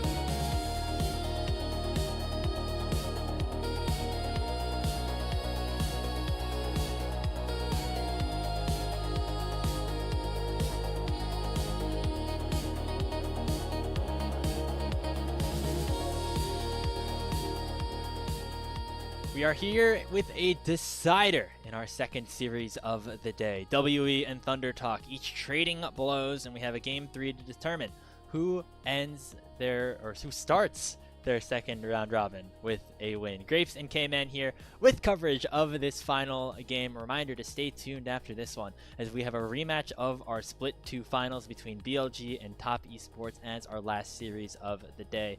K-Man, it's Team WE able to bounce back, and it wasn't pretty all the way through, but certainly a decently clean game by WE standards. I mean, clean and WE never really go together, right? Those are two things that just don't seem to meld, and I wouldn't want them to be clean. This is not a team that looks better when they try to play this slow, more methodical style. They took a lot of fights, and they were better in a lot of the fights that they took. Their solo laners in particular were fantastic, but that really begs the question of what this final game is going to look like, because as much credit as we've given, you know, players like Haru and players like Keshi, Haru was pretty good in that game on the Victor, was kind of a win condition. Keshi not so much on the top side, really got outplayed by Cube, was the big deficit for Thunder Talk throughout a majority of that early game. If any of those things end up shifting, then we could see a very, very different mid-game performance from both of these teams. Yeah, I think a lot to look at in terms of improvement for Thunder Talk. They got off to an early lead just like they did in game 1, but this time around, W were able to get other things around the map to try to equalize it a bit more, right? Certain things ended up going their way in terms of the early jungle clear, some early kills that didn't necessarily go the first time around, and I think most importantly, Cube up on the top side picking up back-to-back solo kills onto Keshi really gave Thunder Talk only one side of the map that they were able to play around. Look, I highlighted this in the pre-show. Keshi is leading the entire LPL in solo deaths across this split, and we saw that. I mean, he's only going to grow on that total with the way that he ended up playing. It's really just not been a great look in terms of the consistency out of Keshi. And I think that's been my biggest problem, is the hands are there. The upside is there, is I think the term that I'm looking for.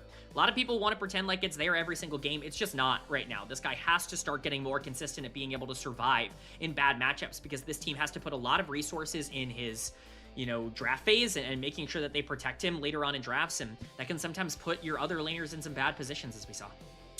Yeah, I mean, it feels like when Keshi gets the matchup that he wants, things generally go pretty well in the laning phase. When he gets, maybe something that's a little bit more difficult to play around, things can get tougher.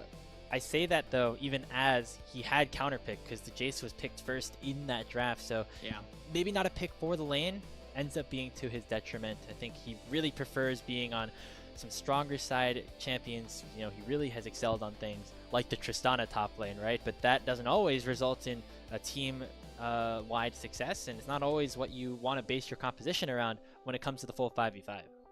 Yeah, I mean, the thing about it is, like, Mbessa is probably his best champion this split. Like, it is something he's found success on in isolation. He just kind of got gapped in that game in terms of the hands. Cube is a player that may not be consistent, but he certainly has some upside. You mentioned the Tristana. We've seen, Twisted Fate. We've seen Vayne. We've seen, Olaf. We've seen all of these crazy picks come out of Keshi. I'm curious to see if they want to go for something a bit more stable. Gnar still being a pick that is on the board and is generally be considered to be, like, the top prio, top laner in the entire game right now. Curious to see if they just want to blind pick that and maybe open themselves up to another counter pick, or if they potentially really want to continue to try to find themselves more stable top side so that they can play through what was, at least an okay middle of the map for them in this previous game.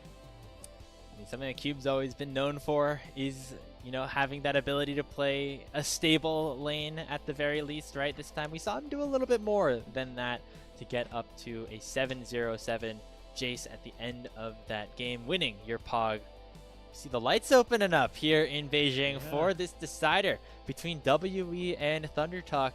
Just taking a look at where we are at the state of the LPL season right now, K-Man, really at that halfway point. This is the first matchup of that second round robin for these two teams, which means they will not face again until they potentially run into each other in the playoffs. And, if the season ended today, WE at third place, Thunder Talk around 6th, that would be a first round matchup.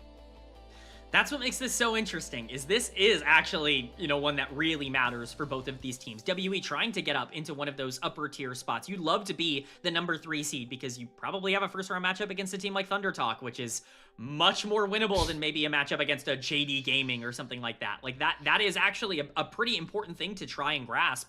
Whereas Thunder Talk, if they win this, now all of a sudden you've pretty much guaranteed yourself playoffs, not officially, but certainly in terms of expectation, you know, you being a couple of wins over LGD, you feel pretty good about that. That means avoiding play-ins. That means guaranteeing yourself a spot in upper bracket and not in lower bracket potentially for the playoffs, and, you know, just overall being in a much more comfortable position. This is a really important Game 3 for both of these teams, considering, you know, they don't really have another chance to be able to take a game like this again.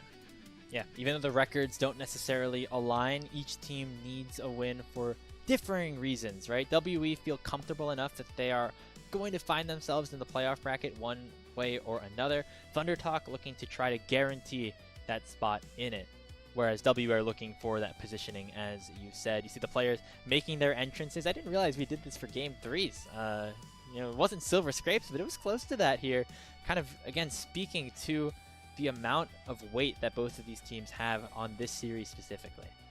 Well, you can hear it in the crowd too. I mean, they're here. Like, the fans recognize this is a big game for both of these teams. WE has been crazy loud over the course of this series. ThunderTalk definitely got a jolt of adrenaline, I think, from that previous, game number 2. They maybe got kicked in the teeth a little bit and are going to try and wake up at least a little bit here in game number 3.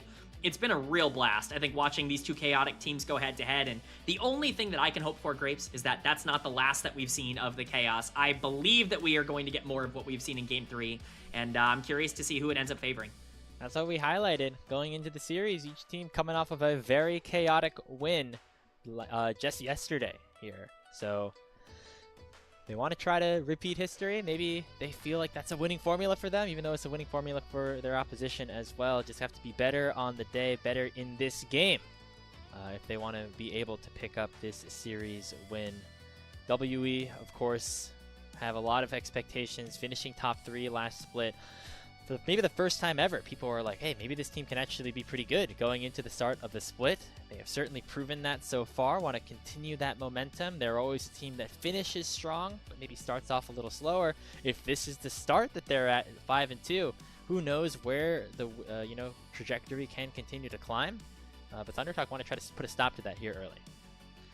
WE, they thrive on momentum. They thrive on the vibes. They thrive on, the hot streaks that they can create. And I think that they're currently very much in one of those. I mean, this team has been very good in the regular season. It doesn't really feel like a flash in the pan type of good. This was a team that very rightfully got themselves into top 3. We talk about them being able to beat BLG in the playoffs and take them to 5 games. They beat AL in the playoffs as well. It wasn't just BLG that they were able to take down. This was a team that clearly proved themselves to be a real threat in the playoffs, and they've been that exact same team so far this split. There really is no reason to believe that they are anything other than one of the best teams in the LPL at the current moment, and that means they should be coming out here and winning a series like this. But if you want to think of WE as one of the best teams in the LPL, then think about how big it is for ThunderTalk if they're able to take a series off of them, you know? And, there's always the privilege of being the underdog taking the random win. Now that WE are in a higher tier position, it's their responsibility, in a way, to take series off of teams like ThunderTalk. So a lot on the line in terms of narratives, in terms of the labels that we will put on these teams for the remainder of this regular split, as we're off to picks and bans for our final game of this second series.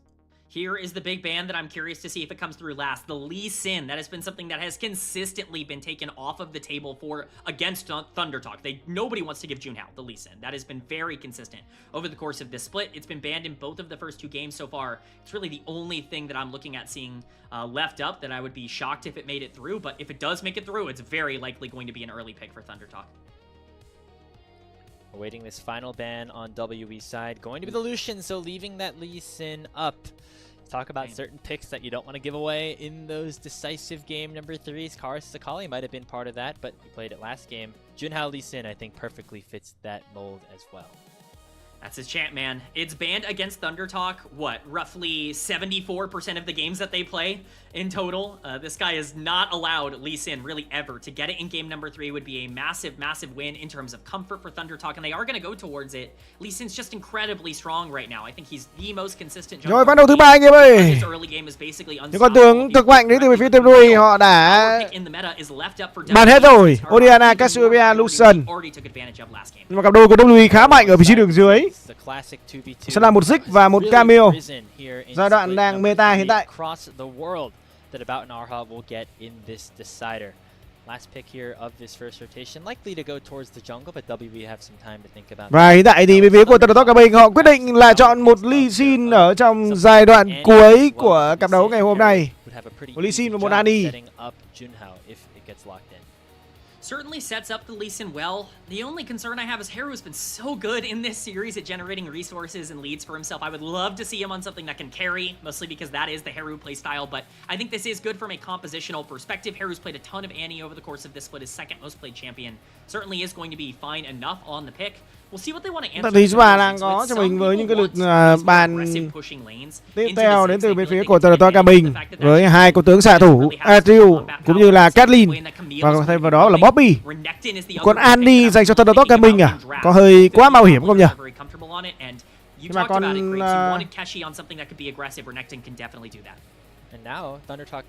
Thundertalk Gaming này thì hiện tại đang có cho mình với con Annie hơi khoai trong trận đấu ngày hôm nay nhé.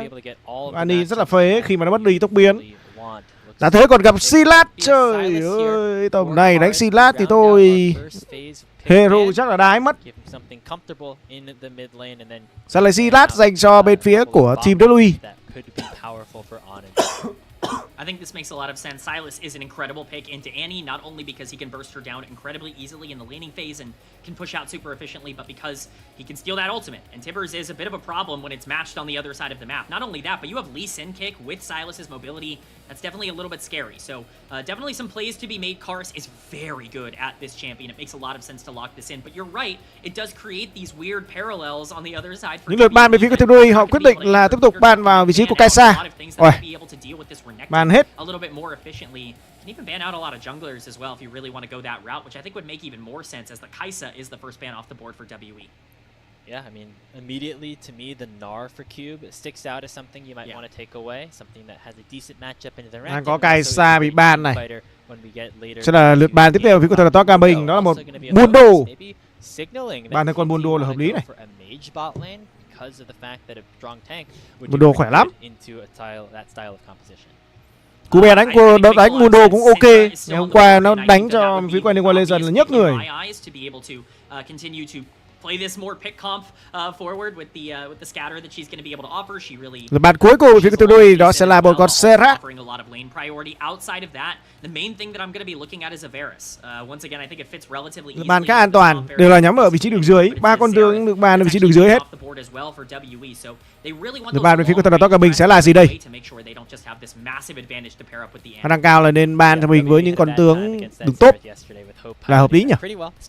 Bởi vì hiện tại Thundertalk Gaming đã chốt cho mình con tướng rồi. Ôi như vậy là nó ban con rừng. Đó là một con Sordo. Matchup into the Lee Sin and also is one of Monkey's signature picks. I would say it's his signature pick. I think at this point we can definitely say that. Ôi, một Sion.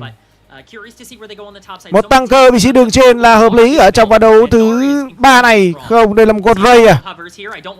Để đây thôi, đừng Ray. Đó là xin giao đấy. Is it gonna get locked? Ray hay xin ra đây? This would be his second Graves. Đó là Ray dành cho Victory. Và Ray sẽ là người chơi dành cho Monkey. Maybe I'll take Raven. Trong đầu đường dưới phía của Thundertalk Gaming. I can't believe I get to be là Raven cũng như là một con tướng support tăng nhỉ? Ê, con này chơi không được đâu nhá. Thỏ lắm đấy. Và đó là không, đó là Kalista. Kalista và một con này tên gì quên mất nhỉ? Con tướng này con tướng support đấy anh em ạ. Một support. Đây là Renata Class, đúng rồi. Ôi, với tầm lùi họ có cho mình một đội hình bám bổ vào quá khỏe. Yeah, this feels like a great answer for Thundertalk going with just an explosive 2v2 bot lane. Khỏe lắm rồi. Some answering on WE side. And I don't know if the Graves is going to be the one to be able to do it. Final pickup going to be the orange, so WE purely going into late game scaling. They're going to try to use Arha as that pseudo jungler. Rồi, lên luôn. Reta Class. To at least stabilize what will be 3 losing lanes for Team WE. 3 losing lanes, a losing jungle matchup, no tempo. Một tempo, một nhịp độ tấn công sẽ được đẩy lên nhanh đến từ phía của team WE là cái chắc anh em ạ. the scaling is definitely there for WE, but my biggest concern with the jungle position in the game right now is that you can't really get away with playing scaling. You have to be active in the early part of the game because free resources on the map are just too valuable right now. The only lane that I think you can talk about being winning is this Sylas. I think Chorus has to be massive, một Sylas, huge on the một Camille. Ôi, ở đường trên không phải là một Sion mà đó là một con dê. Dê rồi, sẽ là trâu chó dành cho bên phía của Team Louis. Đam có, trâu có, khả năng khống chế cũng là có luôn. Sao giống bàn bích quá nhờ. Cái lượng bàn bích và nó là quá đẹp bên phía Team Louis. Còn bên phía của Thundertalk mình thì hơi thọt ở những vị trí đi đường đấy. Chưa gì hết làm Jindo thấy là con Ani nó sẽ thọt hơn so với Sylas này. Nếu không có tốc biến thì tôi Ani là một miếng mồi ngon luôn. Còn đường dưới hiện tại đang là thuần đam. Không biết có đánh được hay không. Dưới là thuần đam. Một bộ đôi đường dưới rất là cổ điển đấy anh em ạ. Rồi triển khai. Bên phía đội xanh sẽ là Team W và đội đỏ sẽ là Thundertalk mình. Ôi ơi, có động viên nó khủng chưa kìa. Immediately, a really aggressive invade by Monkey is going to prove fruitless. TT shot coming all the way through. Vậy là chúng ta có cho mình mạng đầu tiên dành cho phía của Xuân nào. Ôi, gì đấy? Tình huống đánh rất ảo đến từ vị trí của Monkey. Monkey làm gì vậy nhở?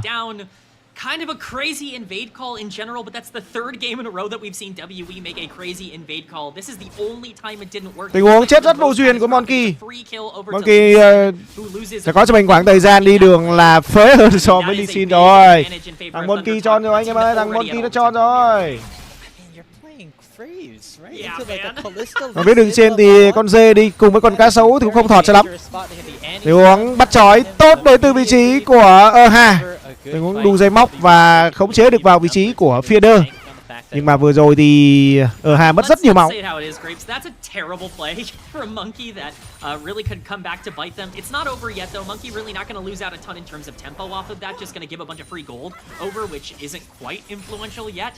Lợi thế đang có và ở bao đang phải có cho mình một tình huống chống chọi, ôm trụ và giải quyết đám lính. On thì đánh với KC trong tay của cá sấu thì cũng không có gì lo lắng cả. Cube nó sâu lắm, còn rất trâu. Có khả năng đập đồ từ xa thì con cá sấu cũng không có thể gây ra được một áp lực lớn dành cho bên phía của On trong tay của Cube. Cube đánh tăng cũng hay mà đánh nam cũng hay. Nói chung đánh rất hợp cả cùng với các thành viên còn lại của Team W. Một chút khoảng thời gian cấu máu của Heru nhắm vào Karis.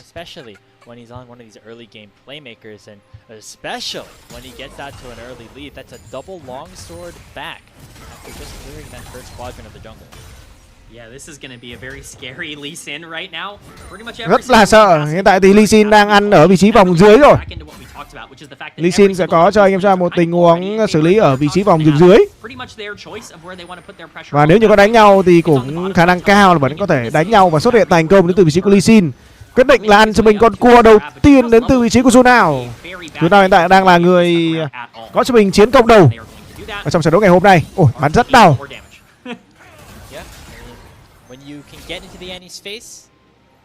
Triển khai lên con cua đường trên đến từ vị trí của Monkey.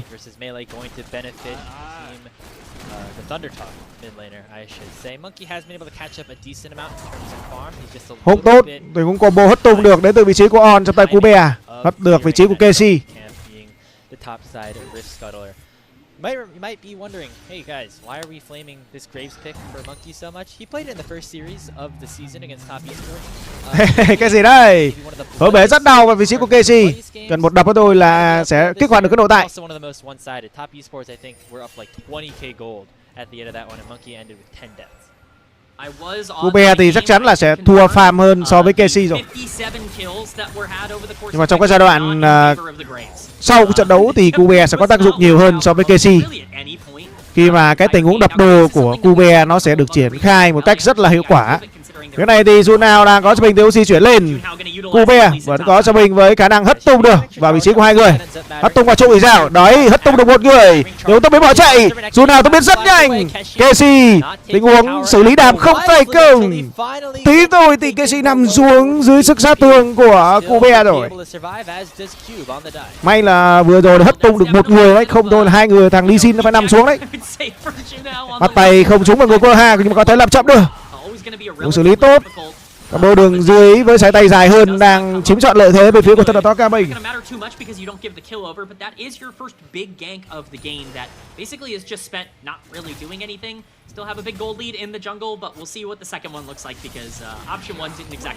Bắt chói vẫn chưa trúng đến từ vị trí của Feeder, nhưng mà hiện tại thì Feeder đang có cho mình đó là một cái lượng mana và nó là rất nhiều, rất khổ. Còn nào bao thì sắp hết mana rồi. Will be harder to dive cube next time around though because he does pick up the Bramble Vest. But a slower paced game, perhaps surprisingly, going to favor WE this time around. Ê, mới level 4 rồi nhá. Hiện tại thì đã về đến từ vị trí của Ha. Thì cũng quăng bom khá tốt. Có một tình huống mình hỗ trợ. Ô, cái đấy là cái gì nhỉ? Một cái tình huống mà Karit vừa mới cướp được cái ulti của An.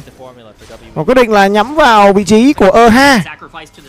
Vậy là nếu có ulti của An thì Karit sẽ nhốt Ha lại và thả Ha ra. Có thể đưa ra cho mình với những tình huống tấn công. I mean it even more now than I did before, as we get a little bit of Arha in the mid lane. Hero could be in trouble. Cái này tôi có vào Hesi à? Không, đó là Heru nhỉ? Monkey thì chưa thể hiện được cái sức sát thương của mình với một con Ray.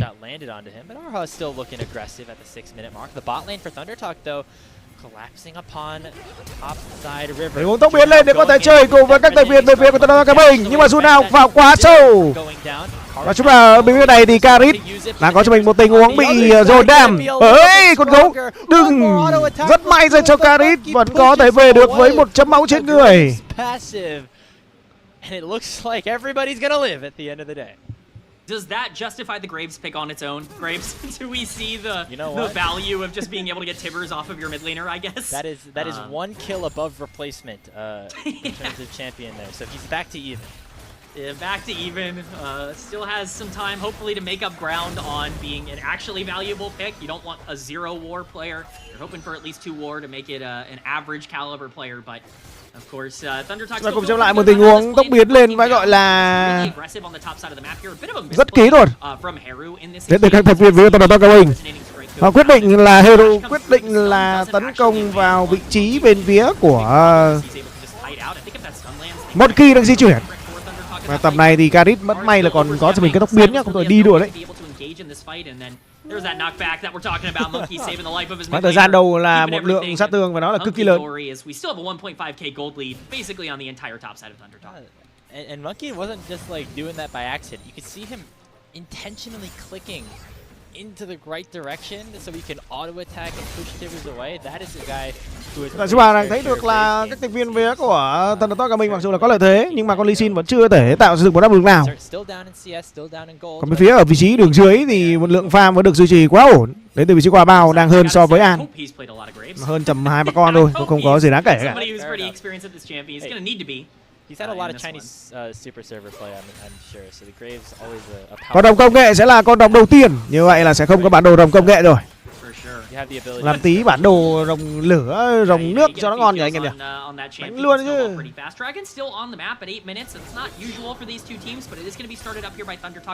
Cái này thì đang triển khai con rồng đầu tiên, đó là con rồng hóa kỹ dành cho bên phía của team Thundertalk Ca Bình. Rồi đó sẽ là con rồng hóa kỹ đầu tiên được đặt vào tay của Thundertalk. We'll start talking more about the good parts of Graves once we get 25-30 minutes. I feel like that's when a lot of the good parts do end up coming in. Looks like Monkey still waiting for that first completed item. Could be that Voltaic Cyclosaur as Grubs also. Đang có trường mình với những khoảng thời gian di chuyển và về phía của Feeder đang ra hỗ trợ cho đường giữa anh em ạ.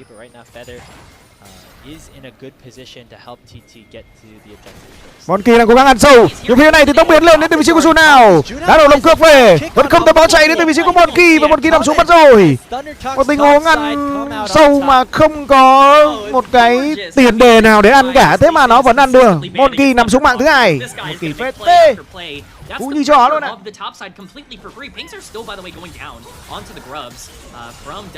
Còn phía đường giữa thì là có cho mình với những màn hội ngộ đến từ cả hai thành viên. An đang tấn công vị trí của Bao. Khá đầu, đây là siêu bom địa ngục nhắm vào vị trí của Heru.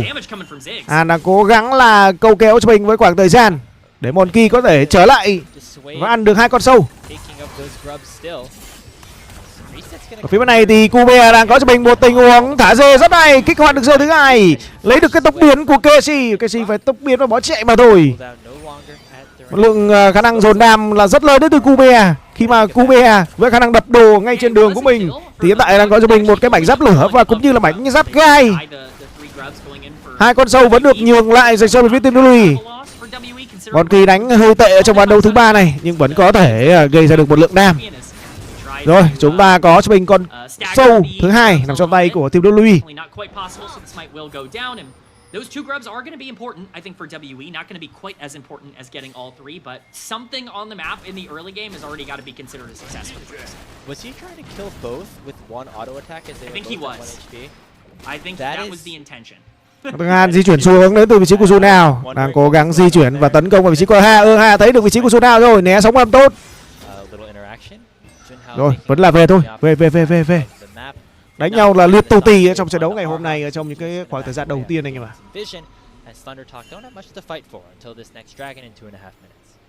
I think this is a good time to talk about the idea for what WE want to go for as a draft. They have plenty of ways to find picks in this comp. The Camille and the Silas as a duo are going to be very dangerous, where the Ziggs and champions like Ornn can really survive on their own in a lot of the side lanes. Chúng ta đang thấy được là Ha đang có cho mình khoảng thời gian di chuyển nhưng mà chưa có bất cứ một áp lực đường nào đến từ vị trí người chơi hỗ trợ về phía của team WE.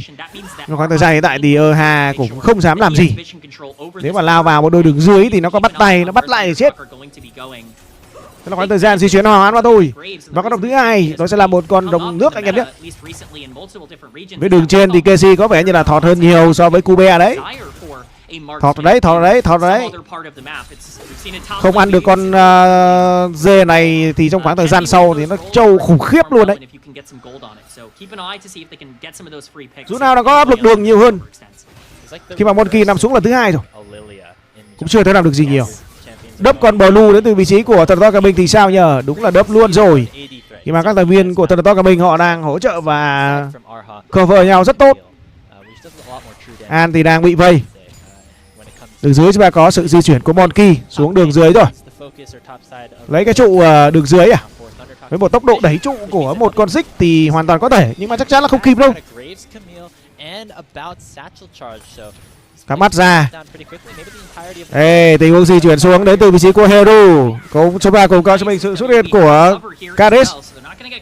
Karis ở đây. Heru đang di chuyển vào cái bụi và có cho mình tình huống làm choáng tay công. Ha đang bị nguy hiểm. Tình huống làm choáng là thành công từ Heru, thả gấu cũng có nhưng mà không đủ lượng đam để kết thúc được cái mạng người chơi hỗ trợ bên phía của team WE. Còn phía nhánh trên thì sao?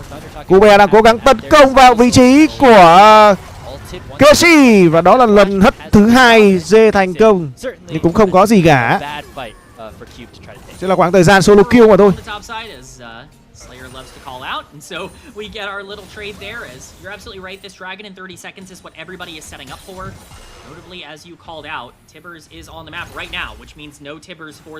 Hiện tại thì Karis cũng chưa có thể tạo ra được một áp lực lớn nào cả, khi mà hiện tại Karis đang farm thọt hơn so với bên phía của Heru.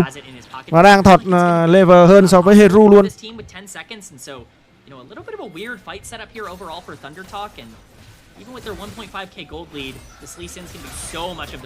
Và thứ hai, khả năng cao của chúng ta vẫn đang rất căng.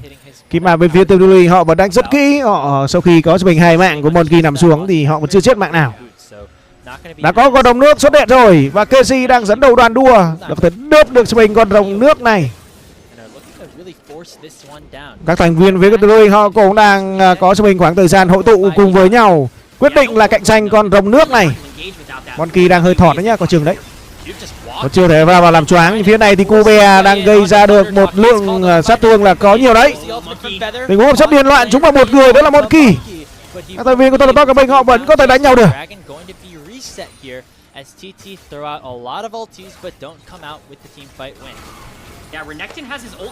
Và đang thấy được là cái một lượng sức mạnh từ Thundertalk của mình là khủng như thế nào. Nhưng mà hiện tại thì họ đang mất tế trong hang rồi. Teleport phía này thì hai là cố gắng tấn công vào Heru, đá vào mồm của Heru. Cái này thì 4 thành viên bên phía của Thundertalk của mình họ có cho mình con rồng nước. Tấn ca xấu được bật lên. Phía bên này thì Zuna đã tấn công vào Karis. Karis vẫn chưa đủ mạnh để có thể phản đam với các thành viên bên phía của Thundertalk của mình. Thế là nằm xuống dành cho Kubia. Monkey cũng nằm xuống và Eha cũng nằm xuống. Rất chủ động nhưng mà lại không có được một kết quả tốt dành cho các thành viên bên phía của Thidoli. Thidoli đang rất tốt. They're staggering their ultimates and making sure they're in the right spots. Yes, they were a little disconnected with the Annie, but so many resources needed to be used. Đúng là khả năng cạnh tranh công trình đến từ Monkey là tệ quá nhở. Eha nó mở góc tốt lắm rồi đấy. Mà Eha là bị giữ chân lại và đó là mạng dành cho người chơi đường giữa về phía của Thundertalk Gaming. Và sau đó thì tình huống lao vào là quá chuẩn đến từ vị trí của Junhao để có thể lấy được con rồng. To be able to follow through, and you've committed too many resources to try to engage upon an Annie on the top of this fight that isn't even a priority threat at all. Just a nice win for Thundertalk. Look at where the gold is as well, almost a 2k gold lead onto the Lee Sim, and you've gotten the Renekton into the game. Very good game state for Thundertalk. Yeah, I mean, 3,000 gold. This is exactly what the early game composition wanted to do. WE going to try to get something back in the form of the Rift Herald, but now they're getting collapsed upon once again. Keshi flashes on the Monkey, and it's once again Junhao who steals the objective away. On going to be the target as Karis has the stolen away dominance for a little bit of extra tankiness, but he still goes down to the Ren on alive in the Baron Pit, and Cube cannot close the gap. About gets taken down. It's an all-out slaughter on the top side of the map as Thundertalk go up to 8-0. Thundertalk are sending WE to their graves as we continue to see this early game comp find its mark at the end of game number 3 here. We're going to get a replay of just how things are going. This is such a horrible setup in general for WE. You have Cube on the backline, which is the worst place to be. The fact that Junhao gets the smite off is already icing on top of the cake, but Monkey burns his entire health bar just trying to get the Rift Herald. Not being able to pick it up as a disaster. Junhao going to collect the eye and keep his AD carry safe at the same time. Kalista just dancing around that Ren coming through and coming in clutch. Karis needed to be fed this game. He is not, as Haru and Feather are basically just 2v3ing on the back end of this fight the entire time. Thundertalk are winning everywhere across the map, and this is the problem with drafting full scaling, with drafting, you know, full early game or giving for a full early game over to Thundertalk. You have no way to contest these objectives. It's a 7,000 gold lead, just 17 minutes in. We talk about WE being able to come back from huge deficits. It's difficult to imagine one where this is one of those situations.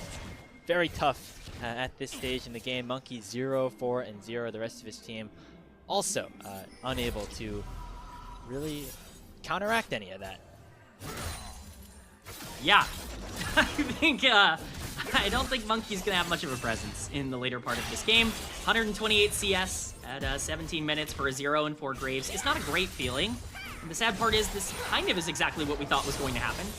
We'll see, obviously, if a miracle fight can happen. We've seen some major comebacks from WE. I'm certainly not going to count them out entirely, but I do want to praise Thundertalk, a team that really has no business being anywhere as good as they've been over the course of this split. All this team has done has been play better than any expectation could ever offer, and this is a WE team that was white hot coming into the series. For them to have this level of control, it's really impressive. Team full of rookies and second-year players going into the start of this split.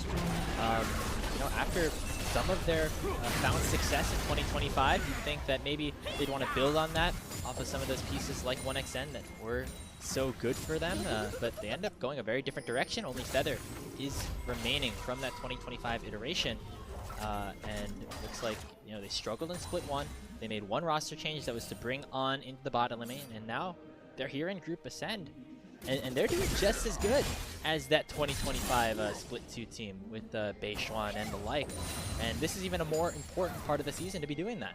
Yeah, can I say, I think just as good is an insult to this team. I think this team looks like the best iteration of ThunderTalk we've maybe ever had, or at least they're on pace to potentially be in that conversation. Yeah, so much of that is Junhao, and the way he's been able to control these games. This Lee Sin game has been disgusting. I mean, the mechanics that he has on this champion. I said it before, this is banned in 3/4 of ThunderTalk's overall games. Keshi's just going to be able to get out.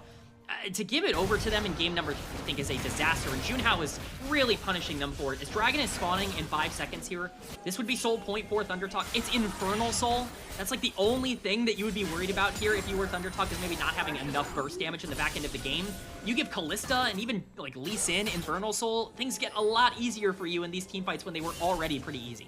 Yeah, and you can see WE, they know they can't fight this third dragon. They remember what happened about 5 minutes ago.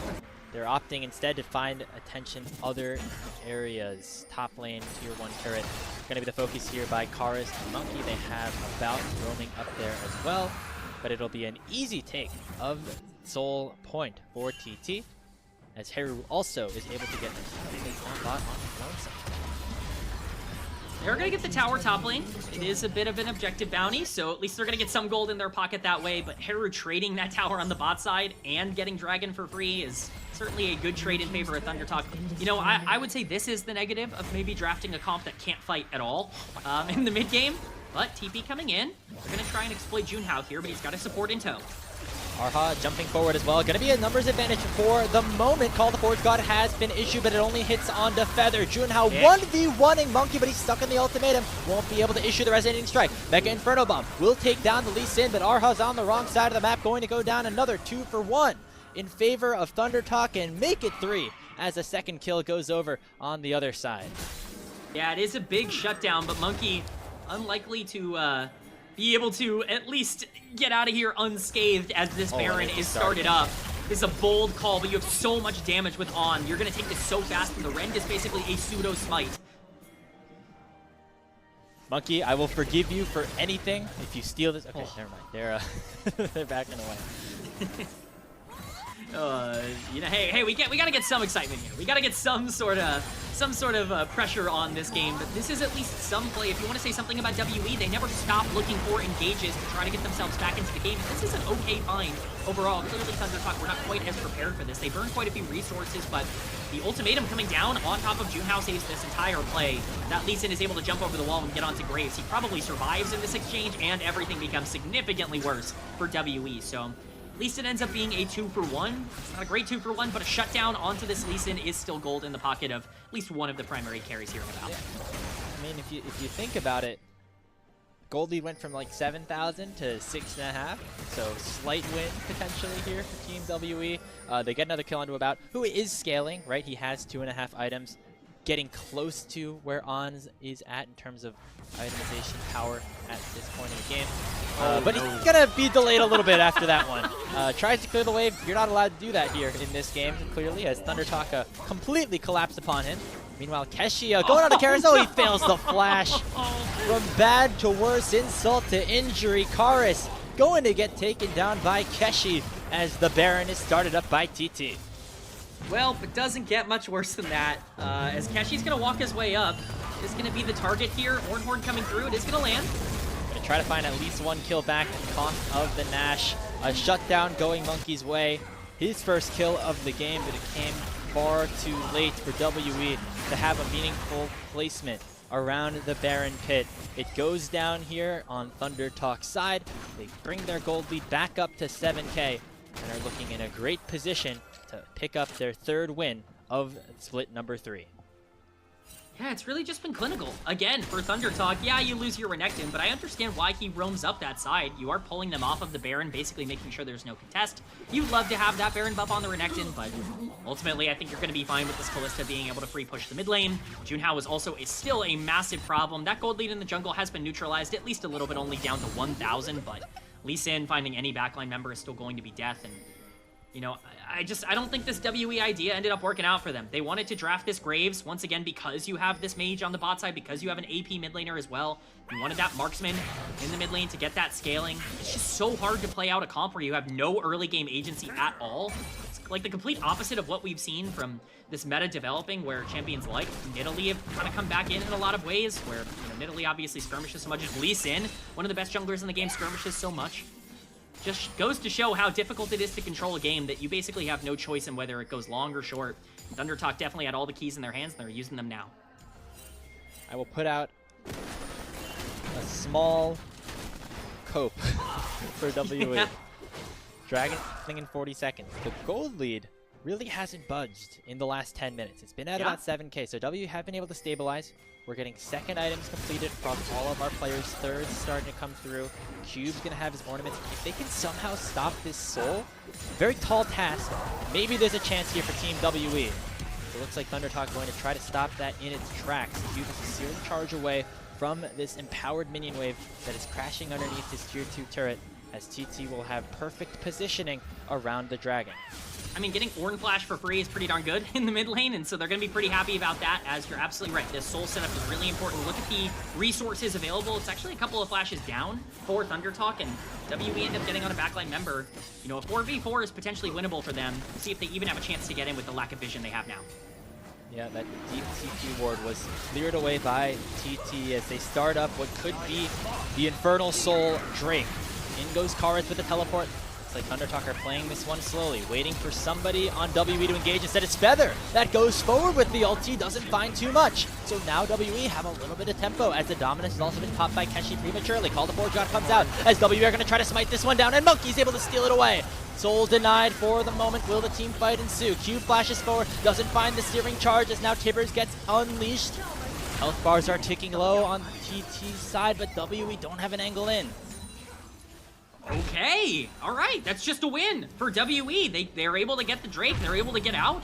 They posture really well. It's a bunch of missed things by ThunderTalk. Yes, they're going to be able to push the mid lane here with that Baron buff, but you know what? They were probably going to get mid-tier 2 anyways with the Baron that they had acquired. Overall, I don't think it's the worst exchange in the world for WE. They keep themselves alive, and they push ThunderTalk back at least a couple of minutes. It's probably going to be harder for them to end without Baron or Soul now. It's going to be another 5 minutes. It's going to be more items, more levels, more Ornn upgrades coming in for Team WE. And the win probability was at probably about 5% about 10 minutes ago, K-Man.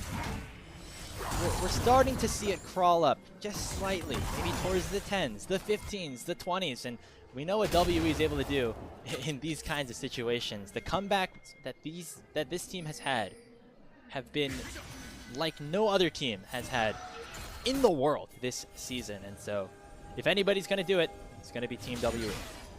Look, if you can get 4 items on the Graves, it doesn't really matter how you got there. That gold lead has evaporated in the jungle because of the consistent farming that Monkey's been able to do over the back end of this game. I'm not going to say they're in a spot where they could win, you know, a fight easily or anything like that. It's still a 6k gold lead in favor of ThunderTalk, but this game is far from over. The last thing you want to do is go 35 plus minutes against Graves, against Silas, against Ornn. That's happening. That's another bounty. You're absolutely right. In favor of this bot lane. More gold going into their pocket. Monkey has a gold lead now. It's only 22 gold, but the fact that it's even there at all is insane. Small victory that will get traded on the other side here by TT. They take half of this tier 2 turret in the top lane. But suddenly, K-Man, you're looking at how ThunderTalk want to start these fights. Has to generally be around these neutral objectives, but there's not a really clear engage button for them, right? They don't have an ultimatum that they can throw out from Arha. They don't have a call the Forge God from Cube. At the very best, you're looking at that ulti coming out from the Renata, maybe Junhao finding an angle, but those are far from easy point-and-click CCs. I think the thing that I really like about this ThunderTalk comp in the later part of this game is they are going to have so much side lane control through the Renekton and the Annie that theoretically you should be able to show up first to every fight. And it makes it a lot easier to not have a go button when you're the team that's controlling the river, right? And I think that's super important for them. That's why I think vision control in the back end of this game is the most essential thing to watch out for. If ThunderTalk continue to push WE out like this, well now all of a sudden the pressure is on WE with their engage comp to find their way into these zones, which Ornn can do, but it is going to take a bit of a toll. That's going to be ThunderTalk's main MO, and I think it's why they're spending so many resources pushing into the jungle.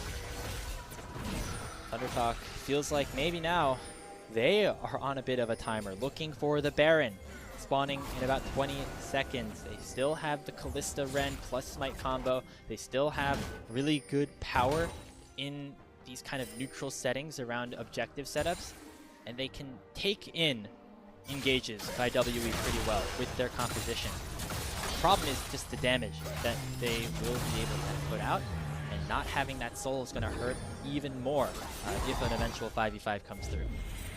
Yeah, notable though, death cap completed for about on this Ziggs, so he's actually in a pretty strong spot. You don't want to let him free hit. Graves is certainly starting to get online. You know, this is certainly starting to become a little more interesting. ThunderTalk potentially looking for another flank angle. Keshi doing a great job staying out of vision. We'll see if WE want to pay it respect, or if Junhao's going to be able to go in and find his angle himself. A bunch of ways to start fights for ThunderTalk can rely on flank angles if they can find it, but that really relies on WE maybe overstepping, which currently they're not doing. On getting priority in the mid lane with this wave. Still an objective bounty available. Ooh, Sakin lands onto On. Chunks a lot of damage. 60%. That's a lot of DPS issued by that Ziggs. About has the death cap, as you said. Makes things a little bit more scary for TT. You have to start up this objective, it feels like. Otherwise, they're just going to get poked to bits. Yeah, another benefit is that On can heal off of this Baron, so this is a really important take to go for at the moment. WE trying to walk in, see if Karis can find his flank. Big flank on the Renekton, and nobody spotted him just yet. Karis able to finally issue the abscond abduct. No, but it's the Ziggs that gets instantly eliminated. It's both bottom laners down from Team WE before the fight even starts. All thanks to Heru on the Annie. Fate's call comes out onto Cube, forces him to flash away. And ThunderTalk stifle any hope of a WE comeback here in this one. They've taken down 4 members, only Cube is left alive. Junhao ignoring the Ornn at this point until Keshi comes in with the stun. Gonna be the Ornn get taken down. Keshi eventually will get traded. Actually, Cube going to survive, but it should not matter as the rest of ThunderTalk pushing down mid to try to end this series. Keshi is the bonus prize. ThunderTalk are taking what they wanted all along, the base. As they open it up here, it looks like they're gonna stop at the inhibitor, but that is a massive fight for them to win. Heru is the clutch man for ThunderTalk, as he kind of has been in a lot of their series. They're moving over to this dragon. This is Infernal Soul for them to pick up, and it looks like they're going to get it for free. Right, TP is available on Karis in 5 seconds. Monkey won't be around for a smite. Looks like instead, Karis going to use his TP. Just try to clear out some waves as Arha gets caught out by Heru once again. Tibbers not going to be able to take him down, but it came very close. As ThunderTalk once again back in the driver's seat here. They're going to claim the Infernal Soul. And all might be right in this world here on the LPL.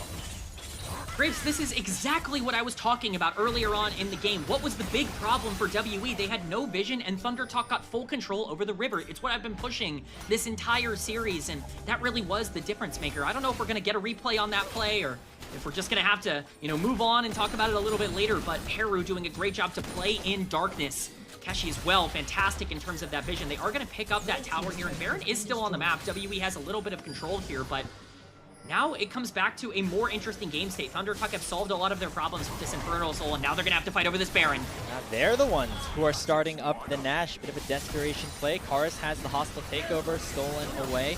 We'll be able to use it to try and stifle any engage from TT. Our husband targeted, has the hook shot away. The Baron's already at 3,000 HP, and Junhao is taunted, unable to get into the pit, and so the Nash will get secured by Team WE. Karis getting instantly deleted though. Has to use the abduct to try to get down to Keshi, and Monkey's flash in the wrong direction. Bailout not having Junhao save his life, as it will still be a kill given over to WE, but Keshi's able to finish Karis off as well. About and Monkey able to reset to get back to base with the Baron in their hands, but they lose the fight 3-for-1. It is 3-for-1, but again, they get the objective. In this case, the Baron, which likely would have been the game being over. That kind of pushing power from ThunderTalk would have been a nightmare. This is another thing that they got that could potentially extend the game a little longer. You keep asking, well, how many extensions do you need? Like, when is this team eventually going to get online? But something we saw in this fight is we're going to get a replay. We've got Monkey doing damage now, as ThunderTalk have to walk in, and this is what we were talking about, the lack of engage. It's really hard for them to find a way into this fight if they're not the ones that control the river. WE making a good call to just zone the Lee Sin out, use all their resources to secure this Baron, and now just try to take the fight as much as possible. Now, it's still not a good fight overall for WE. Karis gets bursted down, About is out of the fight basically as soon as it starts, but Monkey's doing some real damage on the Graves at this point. He's able to burst down Junhao, flash out, and even though it is a 3-for-1, being able to pick up the Baron and keep the game alive, I mean, every play here could be a game-losing one for WE. If you survive, it's a win. Just a couple of frames between Cube dying and Junhao dying could have been the bailout saving the Lee Sin's life. Who knows what that would have meant if it comes to trying to defend the end of the game or try to push for the win. Instead, we're 33 and a half minutes in. It is 20 kills to 4. Yet Team WE have Baron buff and are looking to push in the mid lane. Teleport coming in from Keshi, who have the empowered shield, as well as a good opportunity to engage. But a Guardian Angel instantly has been popped on the side of On. Mega Inferno Bomb comes out from above, but he will go down as well. Searing Charge finds 3 on the Cube side, but the rest of the back line is deleted by Thunder Talk. It's Keshi leading the charge, takes down Monkey to finish off the ace, and with 5 members strong, Thunder Talk will go to the Thunder Top. They go down the mid lane and pick up their first win of the second round robin. Thunder Talk Gaming strike fast in this final fight. They're going to be able to upset Team WE and put themselves in a great spot to make playoffs. We've talked about how they've been able to take one game. When will the second come? Well, it looks like it is right now. 3-5 RTT as they get the win over Team WE. Massive, massive win for Thunder Talk. I mean, you could not draw up a better series for them. They control the entire early game. Their draft ends up being incredibly consequential in how this game ends up playing out. And quite frankly, they executed better. Were there some things that maybe you wanted to see them clean up in that game number 2 especially? Probably, but man, I'm just really excited for this team. All of the hype, all of the passion that I've seen people talk about with Thunder Talk, it's all coming to reality right now as this team is clearly making a case to be someone you have to take seriously in Group Ascend. Man, they finally broke out. It's Thunder Talk's second straight series win in just as many days. And it's starting to feel like the momentum is building for this team. They opened up the season, K-Man, taking games off of BLG and Top Esports. Now they open the second half of the round robin with a win over WE, who finished right behind those two in the standings last split. And they've got those two teams upcoming in their schedule. Top Esports will be TT's opponent on Sunday. And that is a real opportunity to really plant their flag here in Group Ascend. Look, it would be insane if they were able to take either of those series, but let's be honest. It's the LPL. Anyone can win any best of 3. I firmly believe that. No best of 3 is not losable for any team in the LPL, and Thunder Talk have shown they're a team that if you give them an inch, they can take a mile. The early game team has come to fruition, I think, in terms